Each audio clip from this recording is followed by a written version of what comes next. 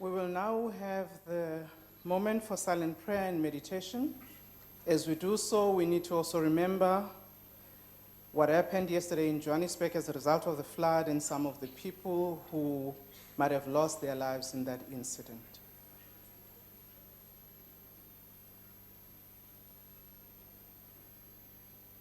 May we be seated.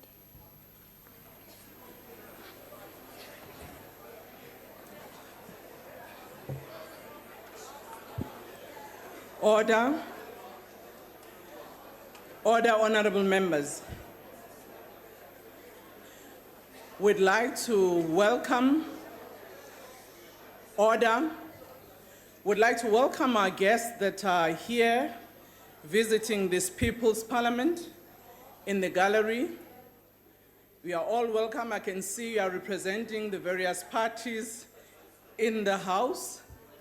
But I think it's important for me to advise you that as our guests, while you are welcome, you are not supposed to participate on the proceedings of the House.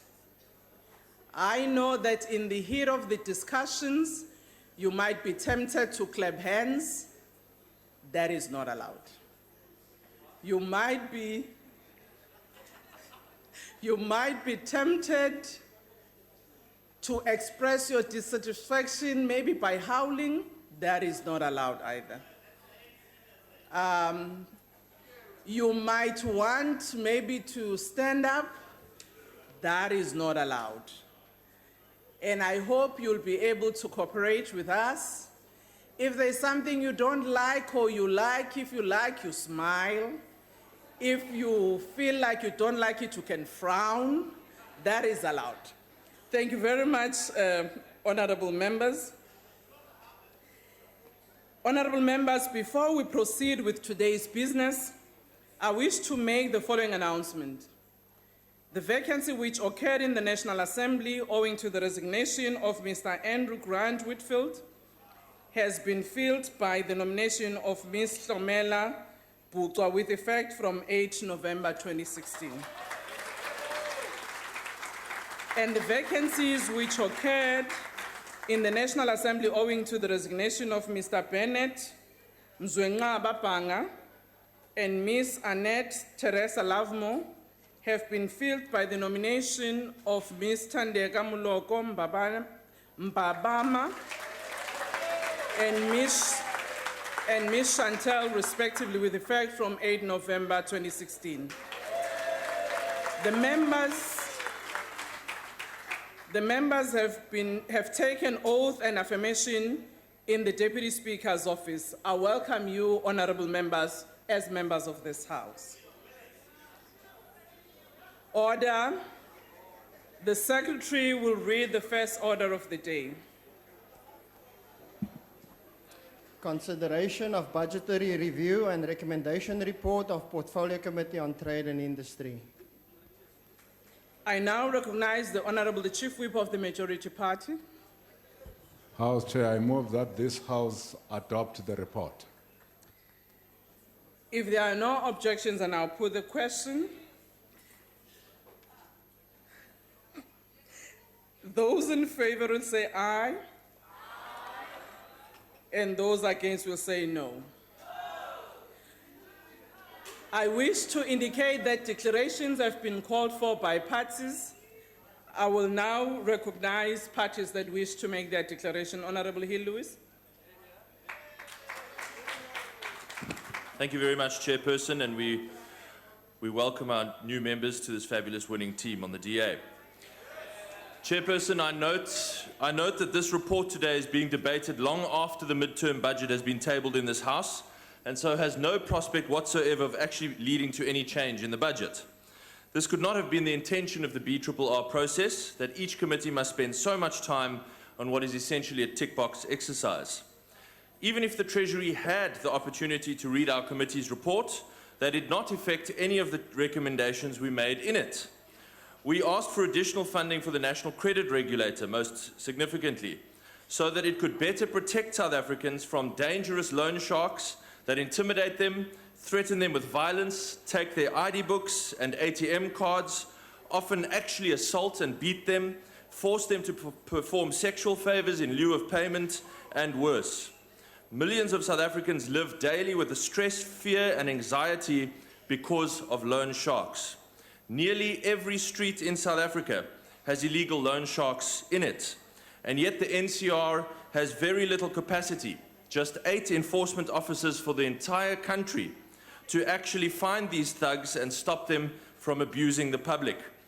We did not ask for any enormous amounts, just fractions of the 100 million rand that has been allocated for the President's new luxury VIP jet, for example, or just a few times what the Minister has budgeted for his new luxury vehicles, for example. That is the thing about budgets, Honourable Chairperson. To allocate more to something, you must take it away from something else. In funding the President jet and the Minister's new cars over fighting illegal loan sharks, this government has shown where its priorities lie. Choose South Africa today. Honorable Ngoniso.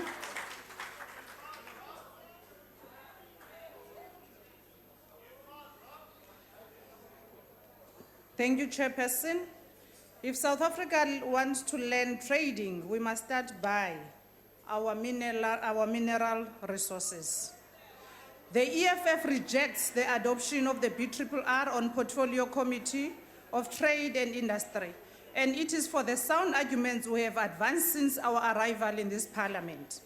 We have given a proper interpretation of current crisis that defines South Africa and confusion or lack of industrial policy.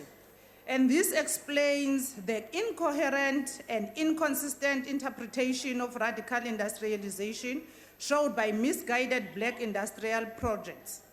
All economic indicators are now showing that extraordinary growth that propelled China's economic miracles have passed Africa by including South Africa. As Africa faces its most challenging economic period since the turn of the century, given global economic instability, the collapse of commodities prices, and China's transition to consumer-led economy. Chairperson, South Africa must ask tough questions about its own industrial policies. I hope you are listening, Minister, particularly on what or why South Africa has been at this state and what has it been doing for the last 20 years led to failures in the industrialization front. Central to the question of industrial policy is the role of the state and its relation to strategic sector of the economy in the case of South Africa, mining and agriculture. And part of the answer as a starting point is to start looking at workers' broad-based economic development. This is the richest country in the world in terms of minerals and has the highest levels of unemployment, poverty, and everything else that South Africa fails to do, including Honourable Member, your time not having is up. education for their children. EFF rejects the budget. Thank you. Honourable A.C. Raisin. Order, Chair. Before the member, Order. there's What's a the lot point of noise here. Please tell ANC to keep quiet. Order, Honourable Member. Can you please take your seat? Honourable A.C. Raisin. Order, Honourable Members. Honourable A.C. Raisin. Thank you, Chair. This department achieved a financially unqualified opinion with a few minor findings.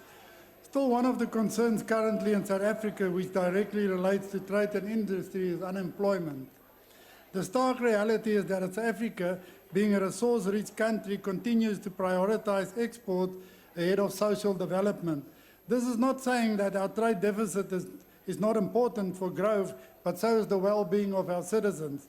For example, through this department, government has spoken of creating a new class of black industrialists.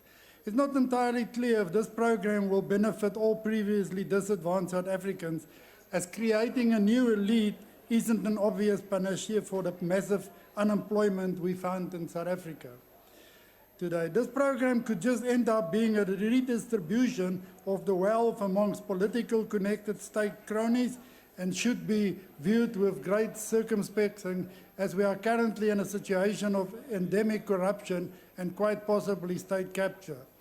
Further regulation of the steel industry won't work either. there are always unintended, unforeseen consequences. The 10% custom duty introduced last year already served as a slow poison, killing the downstream industries. Through special economic zones and other measures, government desperately wants to create new jobs, but their intentions are crippled by policies and practices that were designed to achieve other political ends. And until we can wipe those away through the commitment of this department, we won't see any meaningful shift in an unemployment rate. Sadly, political factors seem to play a bigger role than poor technical and market-related considerations for economic growth in South Africa. I believe there's nothing wrong with the legislation and reputation we have adopted in this department to promote and protect investment. The issue just seems to be implementing it. The IFP Order, supports Honourable this Member, time is up. NFP.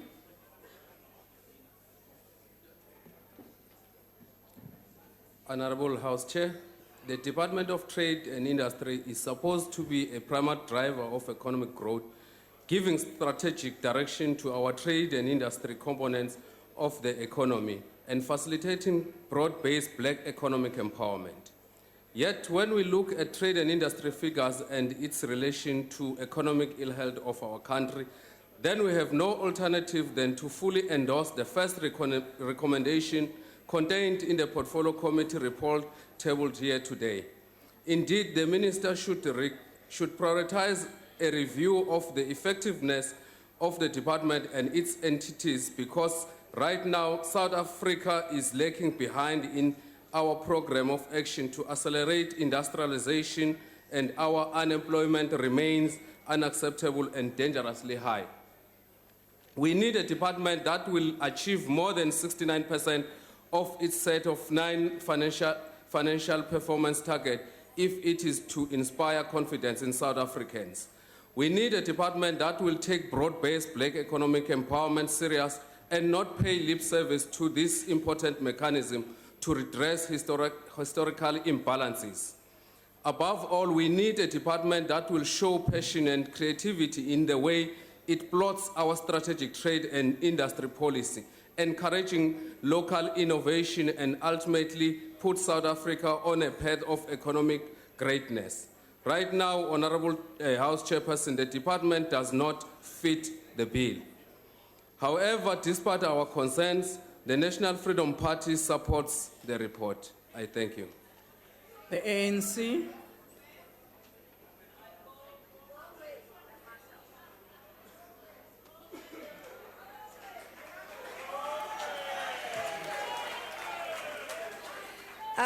Good afternoon, honourable members of this House and members in the gallery in South Africa. The ANC commends the overall performance of the DTI and the great work it has managed to achieve with a small budget. But look at the successes. 13 unqualified audits and 1 that is considerably improved. There is the SABs with the verification, the designation of local content. Yes, it does remain a challenge, and we look forward to the Minister of Finance's amendments in this regard. The revitalisation of industrial parks will generate local economic activity to grow local economies. Then there has been the highly successful 28 billion worth of projects in the MSEP and its targeted incentives. It supported over 200,000 jobs. Unfortunately, it was so attractive, it was oversubscribed, so we are heartened to get the news from Finance that this will be positively reviewed. The ANC welcomes the Minister's interventions, both the DTI and EDD working in partnership around the pricing policy of steel and the tariff measures. This will ensure sustainability of a strategic sector and future existence with its upstream and high value-added downstream industries. There are many things I wish to talk about. The one-stop shops, trade investment, Africa attracting billions of investment, the Black Industrialist Program itself, and the regulatory processes, which are all on track, ease of doing businesses there, and the National Credit Act. And where it comes to the regulatory for compulsory services, we focus on consumer safety first, and nothing will compromise that. The ANC Honourable supports member, this your budget. time is up. Order, honourable members. I put the motion again. Are there any objections? If parties wish their objections to be recorded, can they indicate? Please record the objection of the EFF. The EFF's objection has been recorded. No other party has indicated its objection. The motion is agreed to. I'll ask the Secretary to read the second order. Consideration of budgetary review and recommendation report of Standing Committee on Finance. I now recognize the Honourable the Chief Whip of the Majority Party. Thanks again, House Chair. I move that the report be adopted. The motion is that the report be adopted. However, I'm advised that parties have requested declarations to be made. Can I recognize the DA? Thank you, Chairperson. The Budget Review and Recommendation Report is a reminder of the excellent work done by National Treasury, an institution like National Treasury, which allocates billions, reviews contracts, conducts forensic audits, asks hard questions about procurement, and demands actual performance against expenditure, will always be a target for state capture. And that is why we all need to protect the institutional independence of National Treasury from the suck-ups, opportunists, deal makers, rent seekers, and state capturers swarming around President Jacob Zuma like that minister, the Honourable Ambassador from Saxonwold. But whatever the case, we support the committee's recommendation that the minister appoint a person with appropriate skills in the aviation industry to the South African Airways Board. But we do not support the observation flowing from the committee's supposed scrutiny and oversight of the South African Revenue Service. And we do not support the recommendation concerning inaccurate claims that the PIC had to be forced to release details about the PIC's unlisted portfolio. The fact is, the PIC were forced to release information about the unlisted portfolio following a 5-month campaign, which of course is significant because for the first time we can now scrutinize the 250 investments in the unlisted portfolio of the PIC. And the expectation that that information will be disclosed in the future will be a major disincentive from the rent seekers with political influence raiding the PIC. And in the end, the Deputy Minister and the Chief Executive Officer of the PIC were courageous and do deserve full credit for opening up the PIC. I thank you. Honourable Shibambo. Thank you very much, House Chair. Look, we don't agree with the BRRR report of the Standing Committee on Finance, mostly because of the observations that we made on the entities that belong to the Standing Committee on Finance or the National Treasury.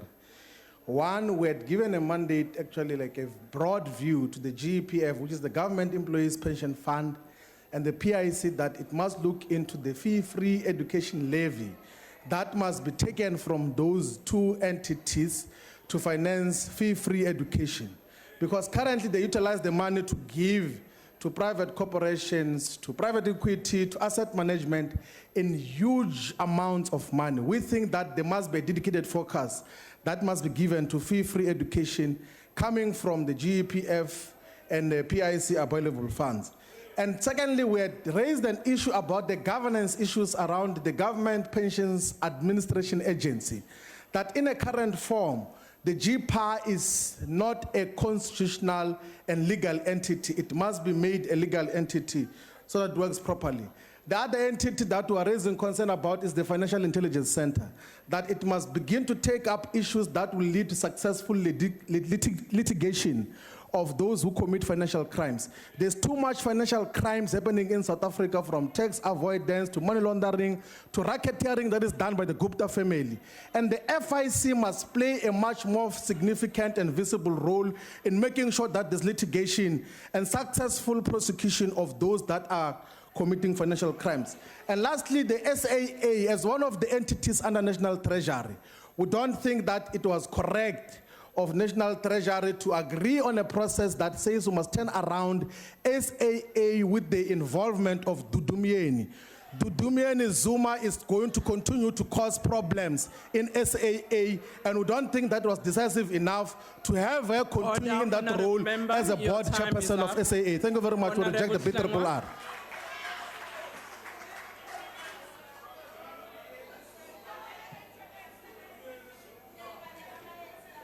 Ngiyathokoza Sihlalo.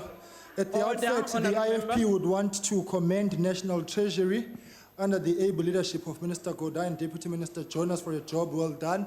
All you can say to them is that in matters of principle, stand firm. The IFP supports this BRRR report, and whilst appreciating the Auditor General's unqualified audit opinion, the IFP is concerned about the management's slow response when dealing with audit outcomes and the general lack of competence that is displayed. There is a need for additional training and improvement in supply chain management, and more devotion is needed in the area of procurement to aid this. The integrated financial management system is a huge responsibility, and the system is still currently being developed. Another concern is over the functionality of SAA, and the fact that SAA was not audited by the Auditor General due to capacity constraints remains a concern.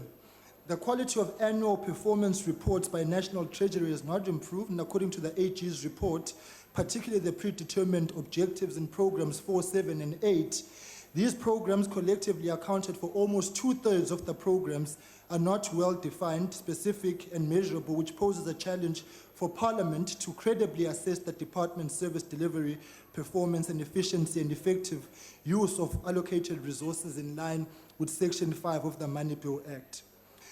What is notable is the usefulness and reliability of the reported performance information against predetermined objectives of selected programs in the annual report, non-compliance with legislation, and internal control. Underway, of course, was the investigation of irregular appointments of service providers by National Treasury, which was conducted by the Public Service Commission, which could have an impact on the department's financial performance and compliance-related matters. Finally, we want to raise concern that the ongoing tension between SARS and National Treasury remains a concern which does not bode well for the integrity and functionality of these two institutions. I thank you. Honourable member. The NFP. House Chairperson, honorable members, thank you very much. The National Freedom Party welcomes and supports the budget report on finance. However, we want to raise a few concerns, and we believe that they will be taken into cognizance. The National Treasury has become a contested terrain and potential prey for prowlers of state capture. The Minister of Finance is operating in an environment of political hostility, distracted by the deployment of state agencies to destabilize and undermine the confidence, the confidence and his integrity and ability to stand at the helm of the National Treasury. Such blatant destabilization of the department has far-reaching consequences for the country and may well impact negatively on the ability of the department to execute its mandate. The National Freedom Party notes that the department has spent 97.8% of its budget, but disappointingly achieved only 76.5% of its target. As a leading department which is expected to set the pace and standard for other departments with regard to financial management and service delivery, the Department of Finance has much room for improvement. The Auditor General has given the department an unqualified audit opinion indicating that the department is, as a whole, being managed well financially. However, there are observations and recommendations contained in the Auditor General's report which should be taken serious by the department. Finally, the National Freedom Party is in agreement with the recommendations contained in the report of the Standing Committee on Finance, tabled here today. In particular, we urge the department to attend to the problematic issues of a recurring nature, such as vetting of employees, legislation not being implemented as planned, oversight over public entities in terms of submission of the audit reports and annual financial statement, insufficient staff capacity, Thank and you, delays Honourable in the Member. recruitment Your process. time is up. Thank you, Chairperson. ACDP.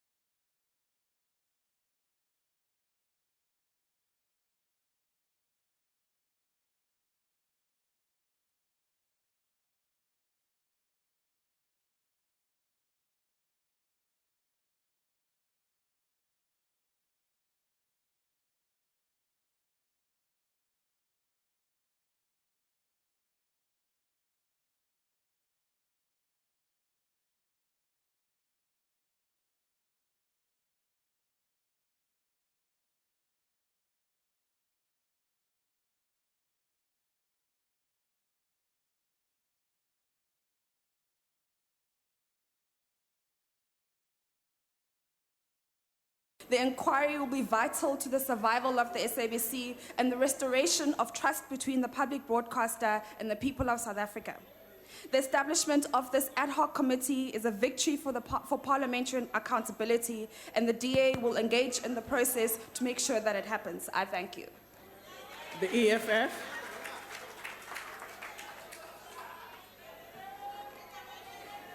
Thank you, Chair. The Economic Freedom Fighters rejects this report and its recommendation. The Department of Communication is failing to create an enabling environment and conducive for engagement in society to promote diversity and equality in media and communication. The department is failing to urgently address the issue of monopoly, particularly on premium television content in South Africa. Broadcasting is not regulated towards transformation. This is made worse by controversial and, I might add, politically charged editorial decisions and policies in the SABC, an institution that is supposed to be independent with a healthy proximity from people in power. The 22-year-old failure of this department to give strategic and policy direction, as well as whip the SABC into line and work with its ICASA, is manifestation of its lack of capacity to fulfill its mandate. In its last budget,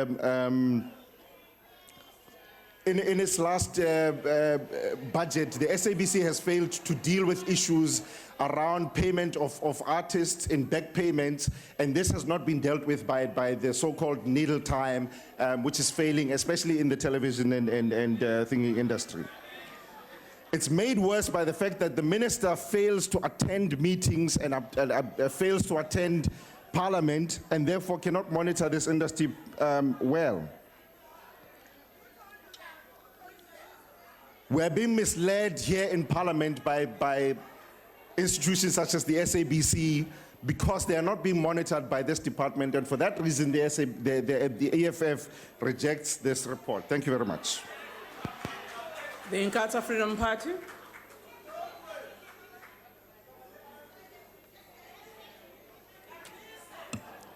Honourable House Chairperson, the IFP agrees with the recommendations in this report, but we do, however, have serious concerns. Firstly, there's a lack of consequences for non-performance in the department and its entities. And the Auditor General has again reported more instances of irregular and fruitless expenditure. But these challenges are nothing compared to the crisis at the SABC. There has been no leadership from Minister Mutambi.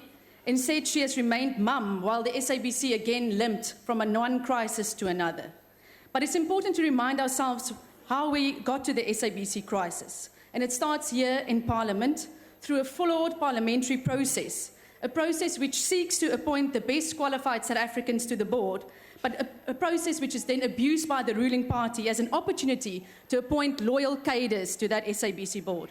And as we were just recently reminded by a former board member, Krish Naidu, who told us it was the ANC that appointed him to the board, not Parliament. These sentiments were shared by the Honourable Mutambi, who earlier this year told us that if you want to serve on the SABC board, you must move from this side of the House to this side of the House. So political interference has been built into the SABC and ruthlessly exploited by the ANC. And now that the ANC is divided, the board has gone rogue. It is beholden to a faction within the ANC. The IFP looks forward to the inquiry that will be held, which we will support, which will also help us get to the bottom of the crisis. But for as long as political interference continues to destabilize our public broadcaster, the IFP will remain defiant in saying paying your TV license is not the right thing to do, Honourable Minister. The NFP. Chairperson, honourable members, the National Freedom Party wants to put forth some of the very pertinent suggestions which I think is in the best interest of the Department of Communication, because we have observed that this department has been leaping from one challenge to another, and the challenges in the Department of Communications are not new, particularly with the SABC. We have noted that when it comes to matters of governance, when it comes to matters of management, when it comes to matters of fiscal discipline, there has been a total breakdown. There are critical vacancies that have not been filled for years, which makes it impossible, especially for the SABC, to function properly. and disciplinary matters have not been taken. And we're coming here in good faith as National Freedom Party, Honorable Minister, to say it is time that you crack the whip and you put things in their proper order, in the SAPC in particular, because we cannot have a public broadcaster that is perceived to be operating for a political party. The public broadcaster is for all the races of the country.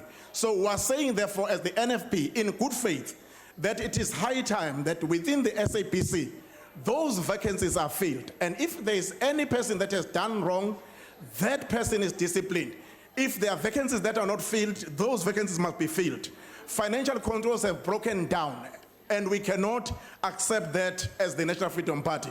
We want to say, therefore, the SAPC must respond to the charter as it is recorded, that the SAP's charter should reflect South African attitudes, opinions, ideas, values, and artistic creativity. As espoused in the charter, it must display South African talent in education and entertainment programs, and so on and so on. And we say, therefore, as the NFP, we support Thank you, Honourable Member. the recommendations brought here by the Prof. Thank you so much. ANC.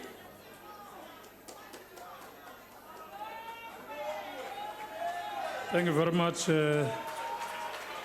Honorable Chair. The African National Congress supports the BRRR report and want to highlight issues as follows. The Department of Communications received a clean audit in its first financial year as a new department. The acting DG and his team must be congratulated, and the political head of the department, Minister Mtambi, must be congratulated. GCIS has been consistent in receiving clean audits. We must also say that it gets clean audits despite that they allocated most of its resources to the newly established DOC. Remember, GCIS is a department on its own with the acting Director General under the DOC Minister. BSA, MDDA, FPB, ICASA, and SABC are the entities of the department. BSA received a clean audit for the first time after 3 financial years. MDDA, ICASA, and FPB remained stagnant as they received unqualified audit opinions with findings. The challenge, though, is going to be to sustain the clean audit status received by GCIS and DOC and its entities. But if what the Portfolio Committee... Honourable Member, your time is up. Thank you very much. Order. Honourable Members, I now put the question. Those in favour will say aye, and those against will say no. If parties want to record their objections, they must do so. Please note the objection of the EFF. EFF objection is noted. The report has been agreed to. The Secretary will read the fourth order. Consideration of budgetary review and recommendation report of Portfolio Committee on Agriculture, Forestry and Fisheries. I now recognize the Honourable Chief Whip of the Majority Party. I move again, Chair, for the adoption of the report. The motion is that the report be adopted. However, parties have requested to make their declarations. I now ask the DA to do so.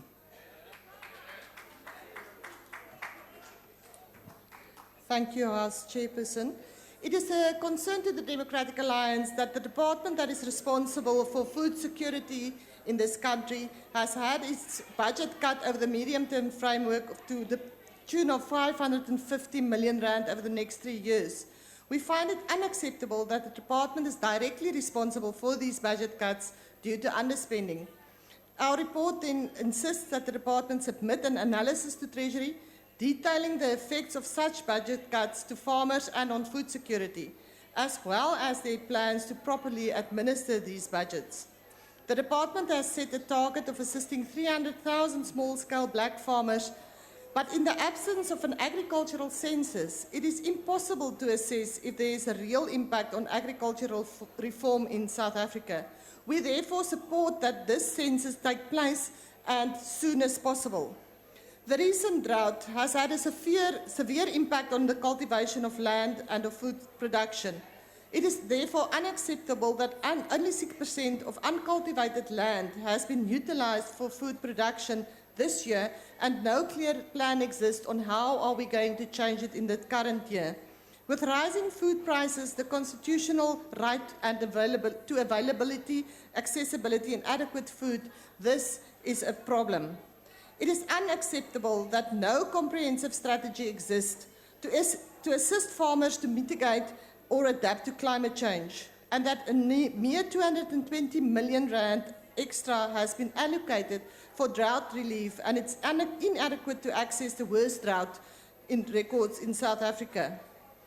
The committee have therefore set a deadline for February 2016 to the department as a deadline to ensure a comprehensive and practical early warning system and measure to respond to future climate change phenomena. Order, Honourable Member, your time is up. We will support this report. Thank you, Chair. EFF. Thank you, Chair. This department has done nothing different from what was done under apartheid. It has failed to dent the patterns of ownership when it comes to our agricultural and ocean economy. In fact, big business is safer under this government than it was under apartheid. On the 8th of November 2016, in a portfolio committee meeting, the minister himself said, and the minister is a member of the SACP, he said that he has a fear for the big five ocean companies and its stranglehold that it has on our fishing quotas. The cowardice of this government is the reason why our coastal fishing villages have become ghost towns, with its harbours in a state of decay. The recent fishing allocation process has again rendered our traditional small-scale fishers as casualties, where, for example, only 25 out of 200 applicants from the Vrygrond Fishing Co-op were granted licenses. Just as disastrous as with Tina Jumat-Peterson, when quotas were allocated to MK vets who didn't know a fishing rod from an AK-47. This government will never turn on its cronies in big business and nationalize the economy for the benefit of all South Africans.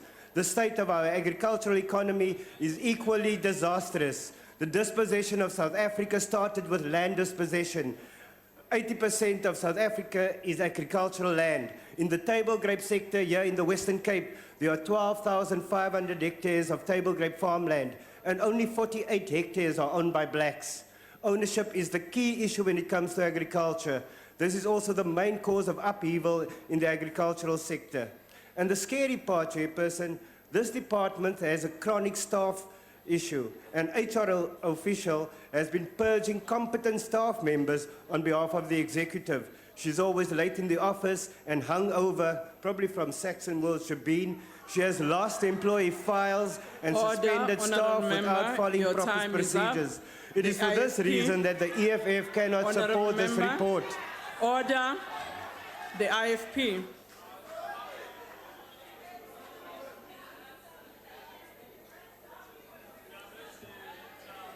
Thank you, House Chair. The IFP supports the report. The continuing severe drought conditions in the country have seen the Department of Resources, both budgetary and human, stretched to the maximum as it assisted drought-stricken areas across the country. Smallholder and subsistence farmers benefited greatly from the relief received. In respect of the utilization of land falling under traditional communities, the department must take care in not duplicating its role with that of the Department of Rural Development and Land Reform. Land care, eradication of alien plants or vegetation, and Fostering of indigenous vegetation must be a priority. It is also suggested that the department identify areas in our rural areas most affected by the current drought conditions and build small dams for communal livestock to share. Animal welfare remains of grave concern, not only in terms of the supply of water, but also in respect of the current fireworks season, which is upon us. The IFP calls for the stricter control as regards fireworks being used only in controlled areas, and this be enforced by the local authorities. Thank you. The NFP.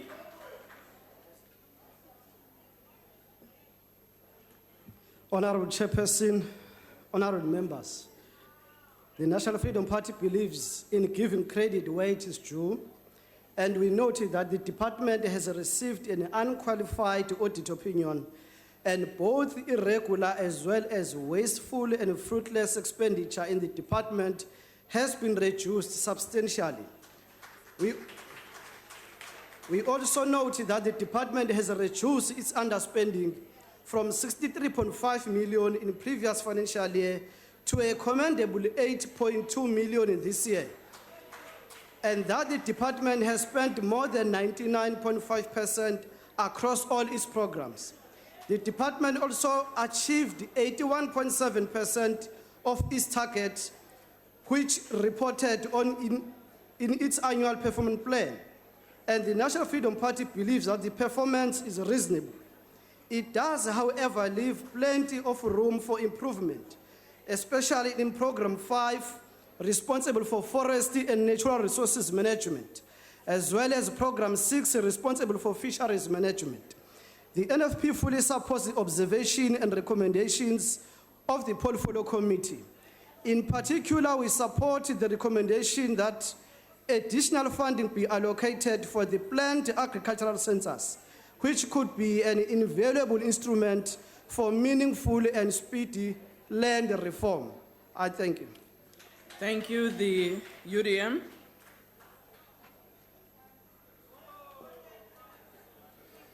The UDM supports the report and is encouraged by the improvements shown by the department. However, this ministry remains an unapologetic member of the economic cluster, as agriculture is still stuck below the 3% line in our GDP. A contributing factor thereto is the lack of land ownership by black farmers, hence they marched to the union buildings recently. The political capture in South Africa is in KZN. Political capture site. The economic capture site is in Saxonwold, right in the economic hub of this country. If we agree that agricultural economy has not yet been seen by black farmers, then the department should do the following.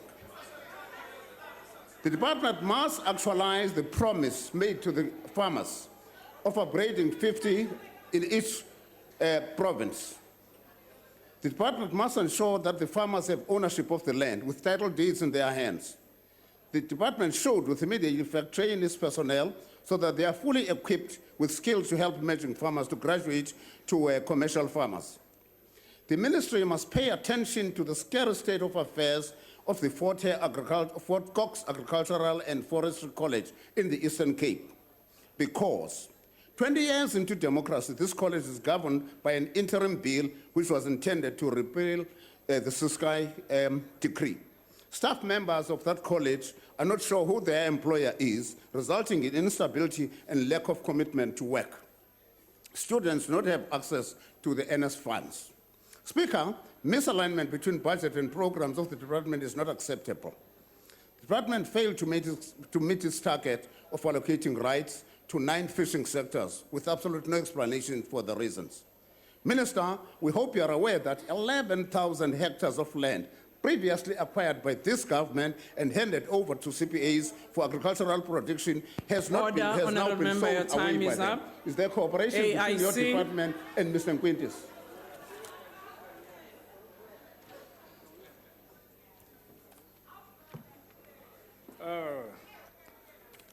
Thank you very much, House Chair. In order to live, one should eat. The Department of Agriculture, Forest and Fisheries is a living department in the sense that it feeds the nation and provides employment opportunities. Just like mining, agriculture contributes to the growth of South African economy. As a committee, we did receive a report, we deliberated and made our observations and recommendations. We now table this report for adoption by this House. Though the department is trying its best, there are challenges that need to be attended to. The 490 tractors bought at 400 million distributed into provinces, that is 75 tractors per province, can no longer be traced. This is a big challenge because people did not benefit from those tractors, but it was just the certain individuals that did. If the traditional leaders and stakeholders had been properly consulted, this would not have happened. Again, another challenge, the deaths that happened is a result of the laws that were made to staff members. These debts now cannot just be written off because these are the monies that are supposed to help the poor people. Efforts, therefore, must be made to recover these monies. Another challenge is that one of El Nino. Is it Mr. El Nino, the drought, that has got a great impact, negative impact on our agricultural products. However, Honorable Chairperson, there's a lot that this department now has done. For instance, the signing of the Small Scale Fisheries Act in February this year should be appreciated. This means ordinary people, poor people will be in a position to legally engage in fishing. This department should ensure that food security is for all. Honorable Member, your time is up. Thank you very much. The ANC.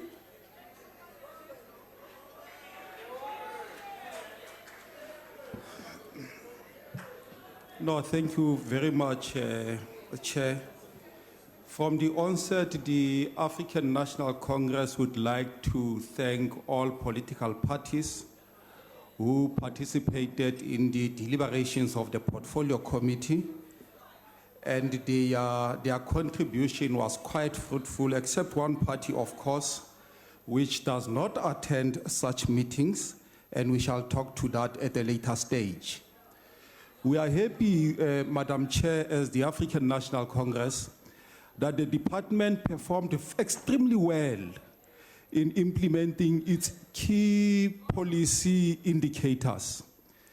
The small-scale fishery policy, which is one of our transformatory policy, is on track, and I must indicate to those who have a problem with this policy and with the manner in which we are running this department that de-racializing the economy, and particularly the fishing sector, is not negotiable.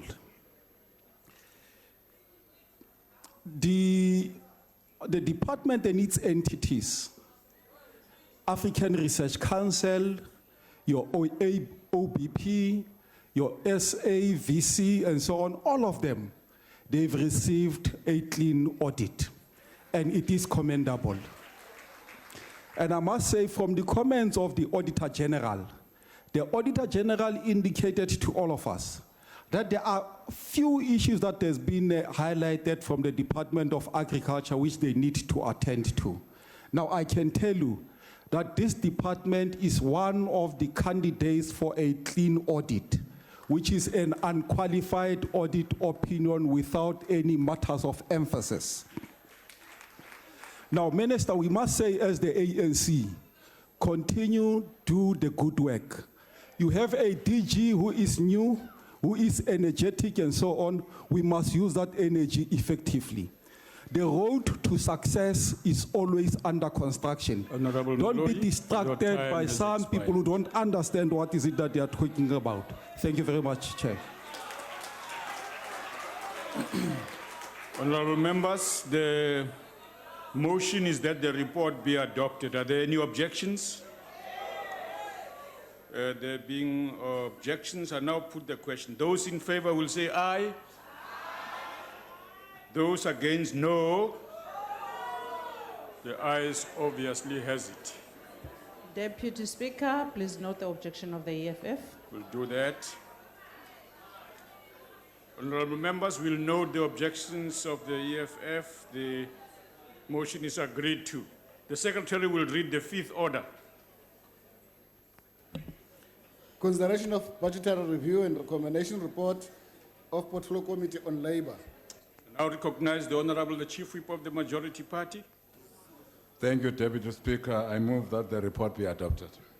The motion is that the report be adopted. I see Honorable Ollis ready for declaration. Thank you, Deputy Speaker. The Democratic Alliance will support this budget review and recommendation report of the Department of Labour because it captures most of our concerns. Of course, it goes without saying that the bench of the Minister of Labour is empty when we're debating something on Labour. It's long been the practice of this minister to show the middle finger to this House and to the Labour Committee, where she has, of course, only attended once in almost 6 years for 13 minutes. But of course, the reason for that is that the chairperson of the Labour Committee also shows the middle finger to the committee by refusing to invite the minister. It's like a tag team of two people who are not going to ever come to Parliament and answer. 4 things I want to highlight in the report. The ICT targets, the computer targets, have never been achieved for the last financial year, and you can see it. If you go to the Randburg Labour Office, 3 times last week the computer system didn't work and people queued the whole day and they couldn't get their UIF and compensation claims in because the computer system doesn't work. Promoting sound labour relations is a goal of this department and it has specific targets. It failed to achieve all of the targets. Think about that. Its job is to promote sound labour relations and it fails at all those targets. Thirdly, we note that the chairman of the CCMA board was appointed irregularly for 5 years without a nomination from NEDLAC, which is required in terms of Section 116 of the Labour Relations Act. He was appointed for 5 years when the Act specifies he can only be appointed for 3 years. That's what happened when you appoint cadres of the government. And finally, the department, we have requested, provides regular feedback on court cases that have been, or rather on cases that have been reported to SAPS for corruption in this department. We specifically are looking for answers on the money spent by the former executive director and CFO of NEDLAC, who took the platinum cards and went on a spending spree buying clothing at the Ferrari shop. Thank you. Honorable Khawla.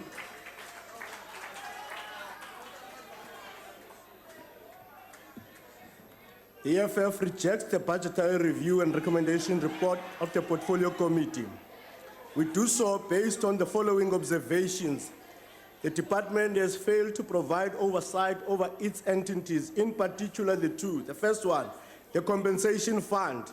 The entity has a payout backlog of over 70 million for over the past 3 to 5 years. They call it a legacy fund. Over 45,000 people in the whole South Africa have been waiting for their payouts hopelessly. The department is holding the money. The second one is Productive South Africa. The entity has failed to live up to its mandate. The entity is charged with a mandate to make South African workplace productive and create enabling environment for job creation and job retention. Instead, the entity has done the opposite. South African workplaces have become unproductive and job shedders. The Auditor General in both departments has found inefficiency in terms of leadership and financial control. Under the department, we have seen the collapse of labor relations. We see the collapse of labor relations at the moment. The workers at Robertson Winery have been on strike for the past 2 months, demanding a living wage and humane conditions. Because they are not blocking the roads or burning property, the minister and her department have not been able to be there to provide answers and leadership. The sectoral determination for farm workers, which came about as a result of farm workers in Didon's farm, has not been implemented. Workers are still getting paid peanuts and with wine and food. Farmers charge workers for electricity, for petrol to go and buy food, for rent, and at the end of the month, most farm workers have a negative balance on their payslip. This is slavery right under the nose of the democratic government. The minister has not been able to utter Honourable a Fowler, single your word to time has reject expired. the budget review. Honourable Mngongo.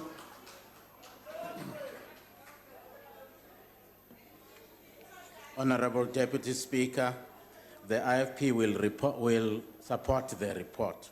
However, as I have stated on numerous occasions, there remains unresolved and contentious issues in the Labour Relations Act that require redress and speedy resolution.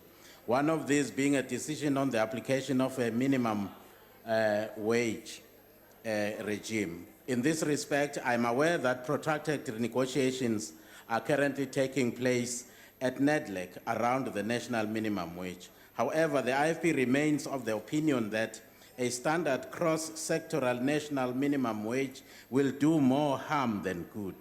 A sector-specific minimum wage will prevent unnecessary job losses in sectors that are marginal or are experiencing difficulties. An example being the current drought conditions that are ravaging our agricultural sector. A national minimum wage, if in effect, could have led to massive retrenchment and greater unemployment. Honourable Deputy Speaker, unemployment in South Africa is beyond crisis levels. It is a national disaster.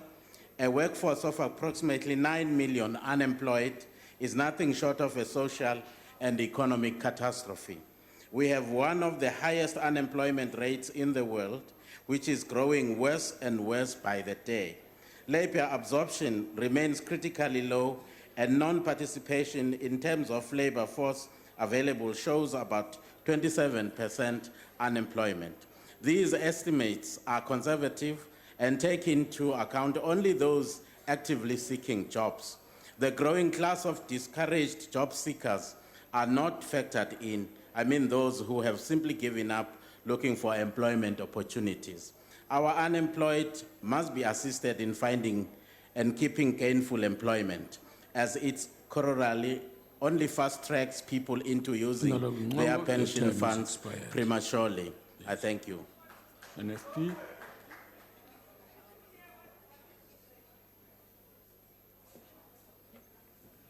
Honourable Deputy Speaker, South Africa is in a grip of economic crisis, and we are looking to the abyss of a credit rating downgrade, which will make matters even worse. One of the factors which have contributed significantly to our economic downward spiral is policy uncertainty.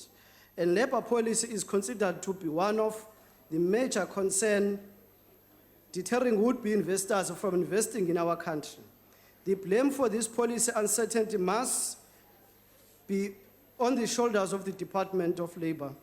And it comes at no surprise if we consider that the department has failed to achieve half of its strategic goals and less than 43% of its goals in Programme 4, which deals with the labour policy and industrial relations. The NFP also notes with concern that substantial increase in irregular expenditure to 25.3 million in the current financial cycle from 80.1 million previously. At the same time, we have to commend the entities of the department for the dramatic reduction in irregular expenditure from 446 million in 2014-2015 to 58 million in 2015-2016 financial year.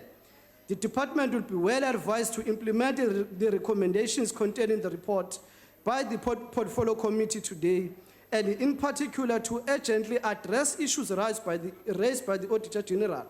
In addition, the department should, in our view, make a greater effort to bring stability on our labour policy and treat it as a matter of urgency. Our economic recovery requires all role players to contribute, and the Department of Labour is an important role player in this regard. I thank you. The NFP supports the report. Thank you. Honourable Chairperson. Ngeni.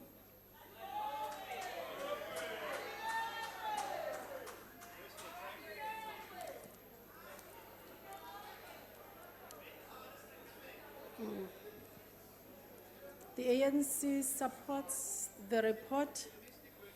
The minister will come to the committee when there are issues that the department cannot answer.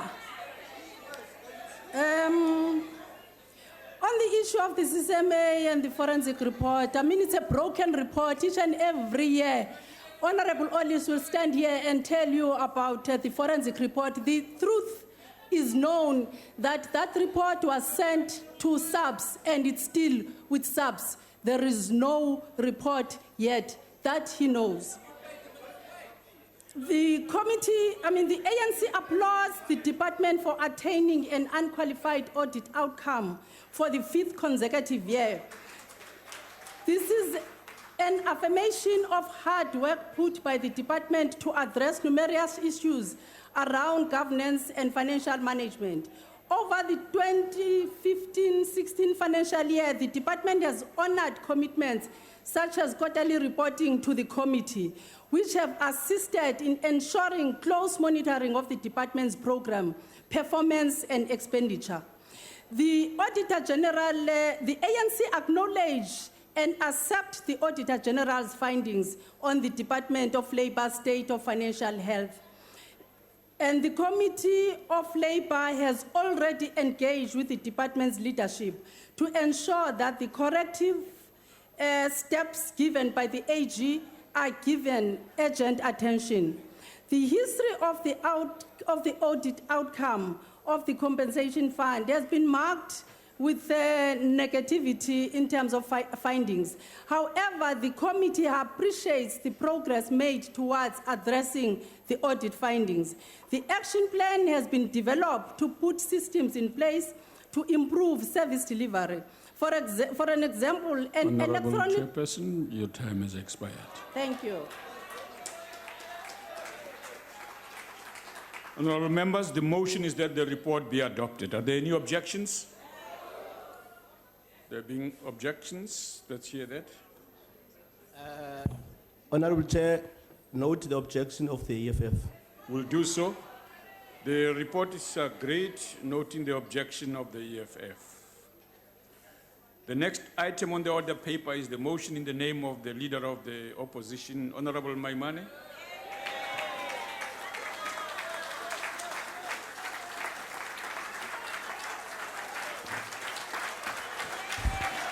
Honorable Deputy Speaker. Deputy Speaker. Please take your seat, Honourable Member. Please take your seat. Can we welcome our visitors in the gallery? You are very much welcome, except we don't welcome your clapping and participating in any form that is left for your members in the House here. Thank you very much. Honorable Shivambo, what are you rising on? I'm rising on a point of order to say that we have written new recurrent letters to specifically request that in the process of removing a president, because we voted for him through a secret ballot, later on when the voting on this question arises, we need to introduce a secret ballot because it's logical that because we voted a president through a secret ballot, when we have to remove such a president, we should engage through a secret ballot. We know that majority of us here in Parliament would want to remove a president, but because of fear of victimization, can we agree that at the end of this process, we're going to utilize a secret ballot so that we are able to get rid of the crisis that is facing South Africa and our people remain safe. So that is a concrete issue that we want to table, that at the end of this debate, we must have secret ballot. Yeah. Honorable Member, that's not a point of order. And secondly, take your seat. Honorable members, the voting procedures in the Assembly are determined by the Constitution and the rules of the Assembly. There's no provision for a vote on a motion of no confidence in terms of 102 of the Constitution, or for the removal of the President in terms of Section 89 of the Constitution, to be conducted by a secret ballot. The Constitution provides for specific instances where the Assembly conducts its business by secret ballot, namely the election of the President, the Speaker and Deputy Speaker, when more than one candidate is nominated. In the matter of Plomama and others versus the Speaker and another, the Western Cape High Court ruled that there was no implied or express constitutional requirement for voting by secret ballot in respect of a motion of no confidence in the President. For these reasons, and in the interest of the National Assembly obligation, in terms of the Constitution to conduct its business in an open and transparent manner, a vote by way of secret ballot is not agreed to. And as we said to you in writing, Honorable Member, that position remains unchanged. Proceed, Honorable. Deputy Speaker. Yes, Honorable Member. Deputy Speaker, on more than one occasion, we brought to the attention of the Rules Committee, of the subcommittee that dealt with the rules, that it's basic logic that if you vote for a person through a secret ballot, and if you get to a stage where you have to remove that person, a secret ballot must be the method through which you remove such a person. Okay. And we're appealing to you Deputy again Speaker, on a point that of order, we have please. to engage through a let him secret finish ballot first, Honourable to Member. remove a person who voted through a secret ballot. Why is that difficult? What is difficult about that? Okay. Take your seat, Honourable Member. What is difficult is that for that decision to take place, it must be agreed to in the appropriate structures of Parliament, and it has not been agreed to. And in the absence of such an agreement, there is no way we are going to agree to that. This House is conducted strictly according to the rules, not by my whims as the presiding officer now or any other presiding officer. Politically, that's the necessity for us to proceed. Honorable Chief Whip. Deputy Speaker, I don't know why the EFF wants to disrupt workings of this House. Because Judge Goliath in the Western Cape High Court ruled as follows on the same matter. The Constitution provides, as you have said, but Judge Goliath further said, there is no implied or express constitutional requirement for voting by secret ballot in respect of a motion of no confidence in the President. We have a court judgment. Why do you entertain this man? Honorable Member. Honorable Deputy Speaker. Honorable Chief Whip. Deputy Speaker, can I respond to that man? Honorable members. Can I respond to that man? Honorable that members. man who goes out to say that Honorable we members. must remove a president and then he comes and play double standard. Honorable member, take can your I seat. respond to him? Take your seat first. Please. Take your seat, honorable member. Honorable members. Can I respond to that double-headed man who does Honorable not know what he's talking Shivambo. about? No, take your seat, please. Take your seat. Honorable Chief Whip,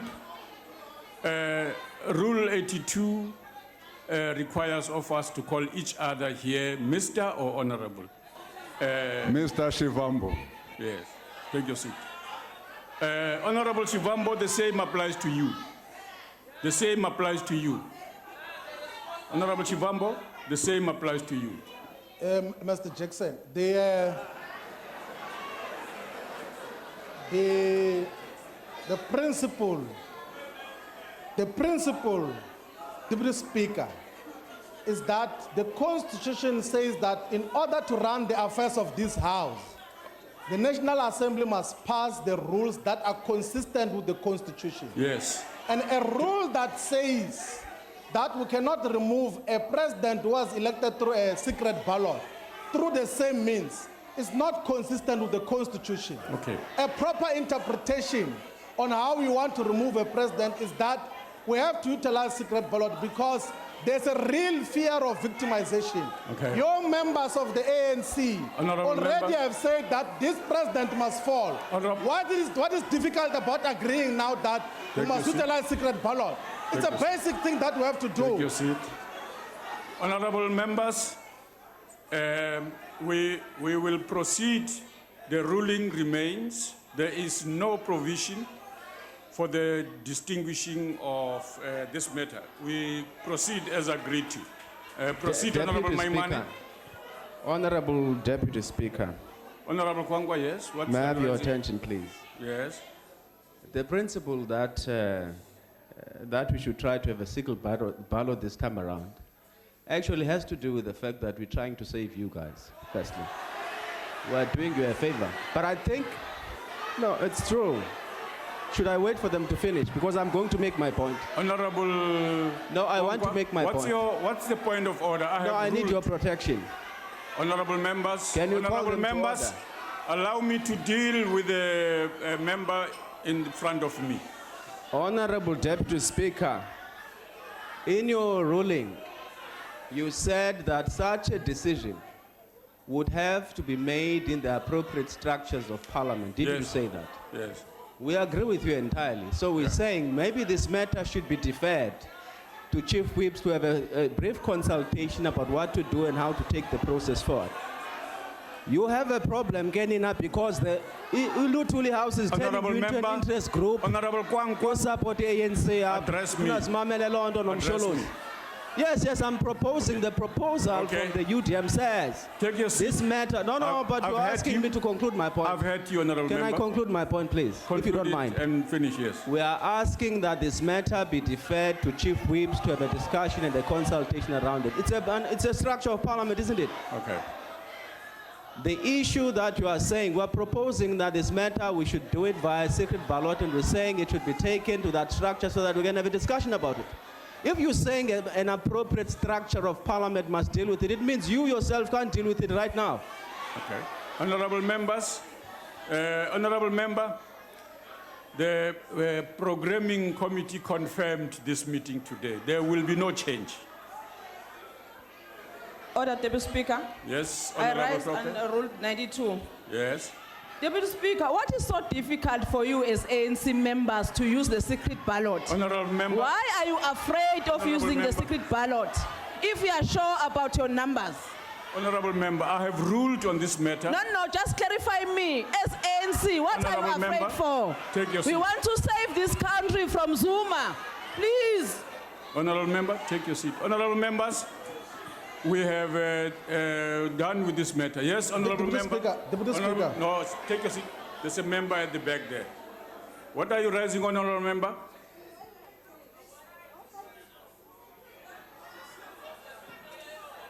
Thank you, Deputy Speaker. I just wanted to request you, Deputy Speaker, to make sure that the House understands that we're just here for debate. Then when we go for voting, the members can raise all those things. By the way, Deputy Speaker, the members must know we are still going to vote as the ANC, but we are not going to take instruction from them. Thank you.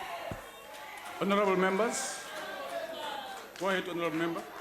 Go ahead. Deputy Speaker, we would like to call on you to allow the debate to proceed. The Honorable Maimane is waiting. We are ready to debate the matter. We are ready to vote when the time comes. The matter of voting arises after we have debated. We would like to proceed with the business of the day. Thank you. Thank you. We'll do that. That's exactly. Honorable Madisha, you are the last person on this matter. Sorry, Stan, Honorable Member, no. I have mentioned Honorable Kauli. Bengifuna ukwazi ukuthi No. yini inkinga usinisabani ukuthi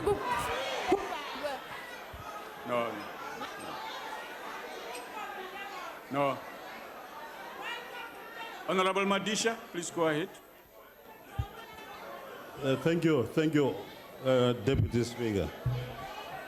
You have quoted a number of instances which actually say that we must go on, okay?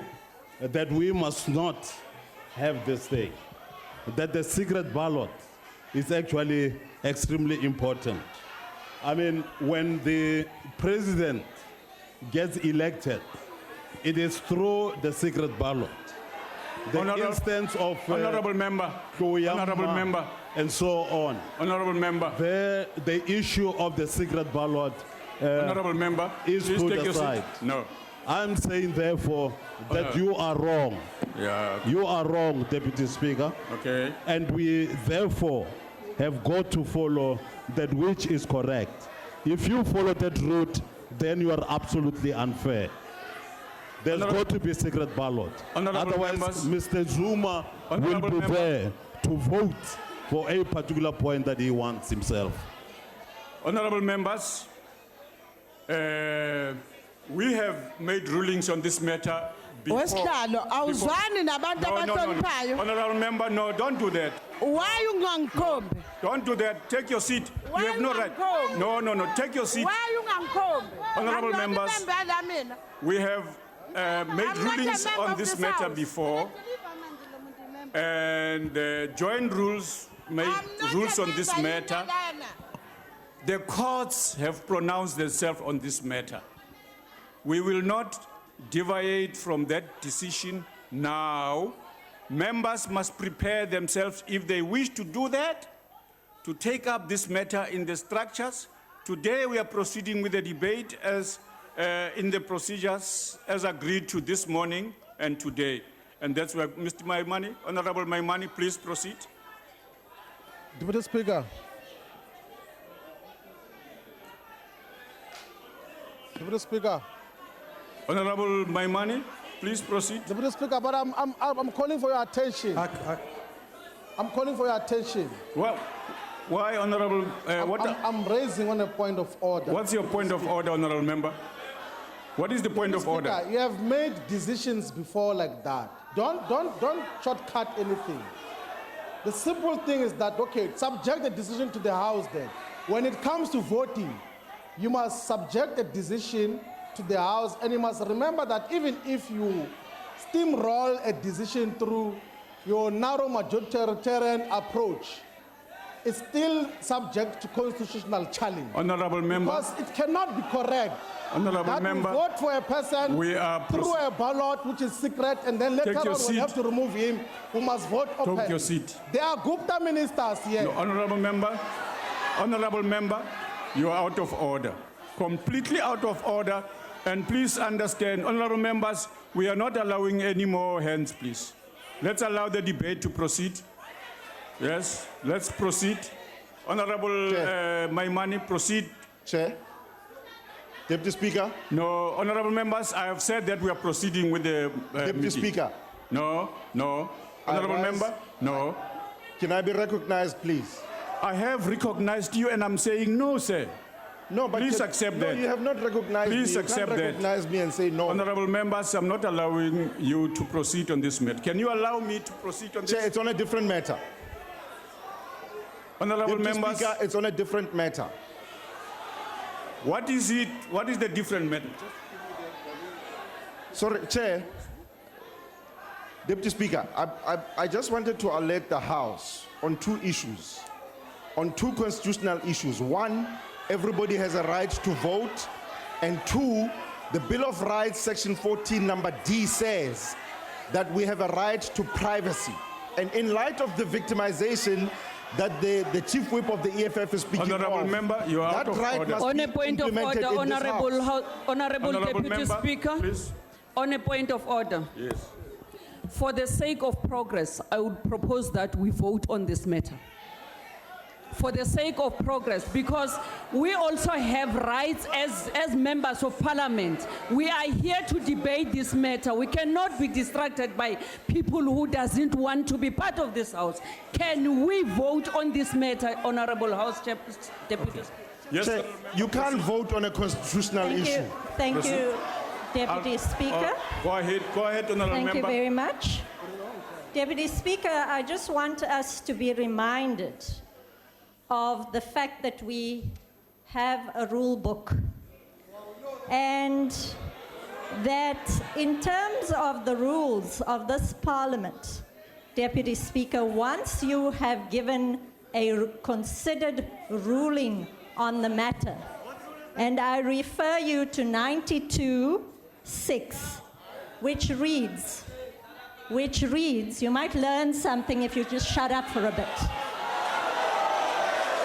It reads that no point of order, Deputy Speaker, it reads that no point of order may be raised in response to a considered ruling, which you have already made, Deputy Speaker. I really want to propose that we uphold the rules of this House and that all points of order following your ruling be ruled out of order. I have done Honorable that, Deputy Speaker. members. Honorable Deputy members, Speaker. I have suggested. Honorable Deputy Speaker. No. I wish to agree. I rise No, to agree no. with the Honorable proposal member, that has been made. Honorable Please. Kwangwa. Can I help you, sir? Honorable I would like to Kwangwa, help you. you are out of order. I know. Nobody allowed you to speak in the first place. So take your seat. No, take your seat. Whether you are rising or not, honorable member, I have pointed out to you that we have ruled on this matter. Honorable Maimane, I request you now to proceed. I'm not allowing anybody. But Deputy Speaker. Honorable Maimane, please proceed. Deputy Speaker, there's a proposal on the floor. There's a proposal on the floor. There's a proposal from the Deputy Whip of the ANC. Honorable member, I There's will a deal with that proposal. matter at the appropriate time in the House. Let's proceed. Honorable Shenge, with respect, sir, can we allow us to proceed?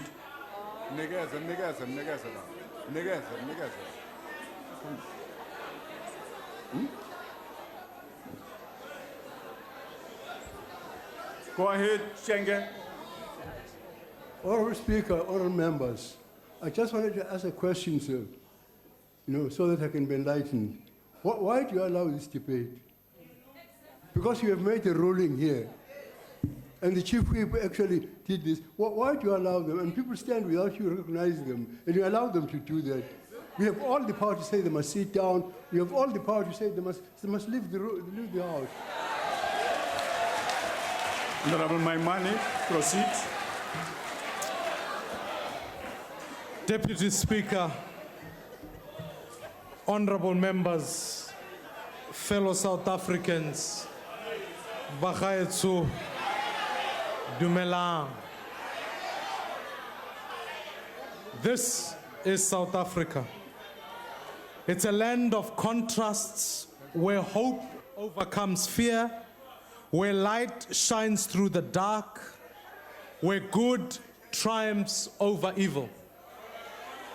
This is South Africa, where every generation faces its own struggle, the fight against colonialism, the fight against apartheid.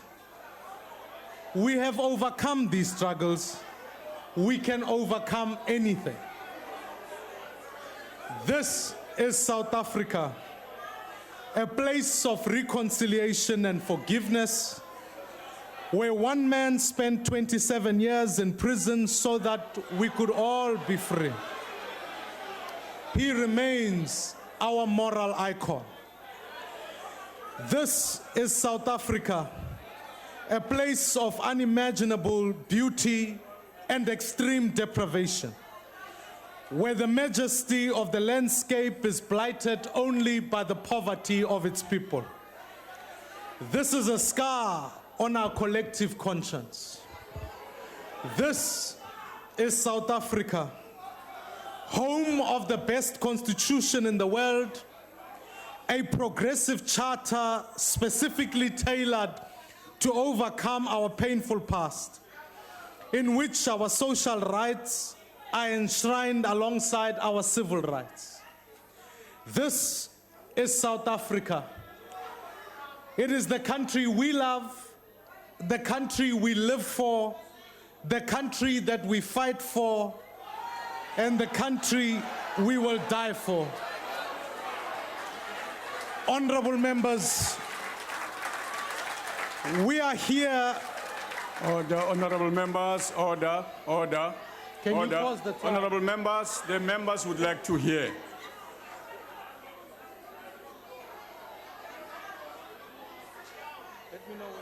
Proceed, honorable member.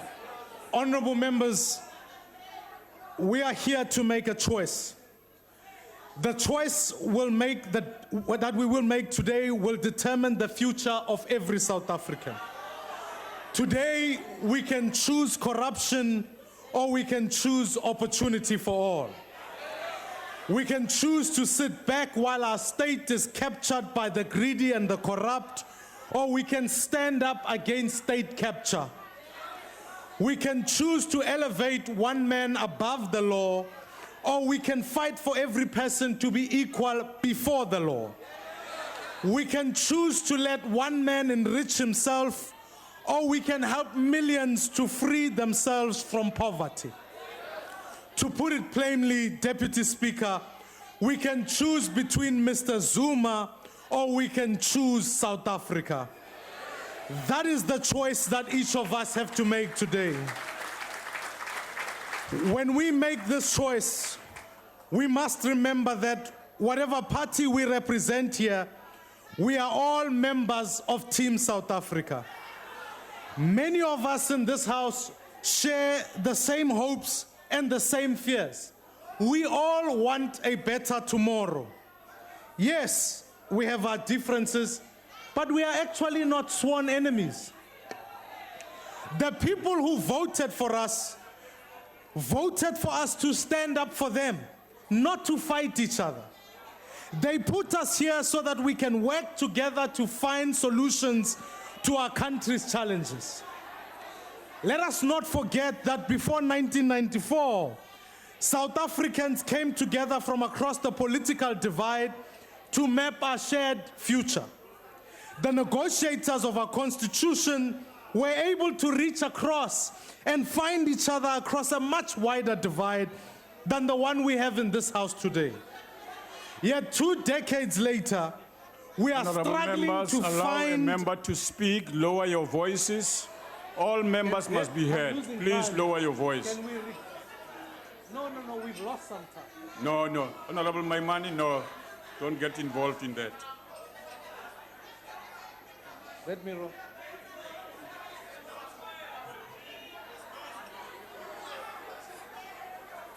Oh, let me know when you're Proceed, honorable member. No, I'm waiting for the time. Proceed, honorable member. Yet 2 decades later, we struggle to find common ground in the interests of all South Africans. And it is because we're constantly distracted by one man. Indeed, the only time we ever talk about our constitution in this house is when we debate how our president violated it. Surely it's not right. And today we have an opportunity to say to the people of South Africa that you, the people, matter more than the politicians. Today we have a chance to show that Team South Africa, we want the best for South Africa. A South Africa free from poverty, a South Africa free from unemployment, a South Africa that works, a country that treats its job creators as heroes, a country that says to the world that we are open for business, a country that says to the unemployed, you have a future and a hope. We have a chance to build a South Africa based on fairness and justice, a country where the innocent are protected, a country where powerful people who abuse their power face the consequences. You see, we are Team South Africa. Honorable Speaker.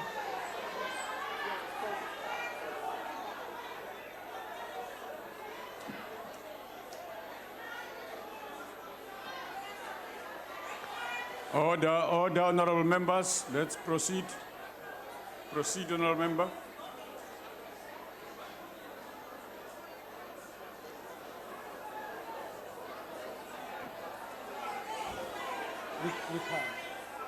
Go ahead. But, honorable members, there is one man who stands between us and this destiny. This one man who holds us back from fulfilling the dreams of our people. I think you all know who that man is, because many of you have been speaking out against him. We agree, Lintate Motshekga, who says that the ANC leadership must choose between the president on one end and the ANC and the people of South Africa on the other hand. Babu Mthembu, I agree with you, Mau Shouti. We should, as the NEC, step down, given that we have messed up.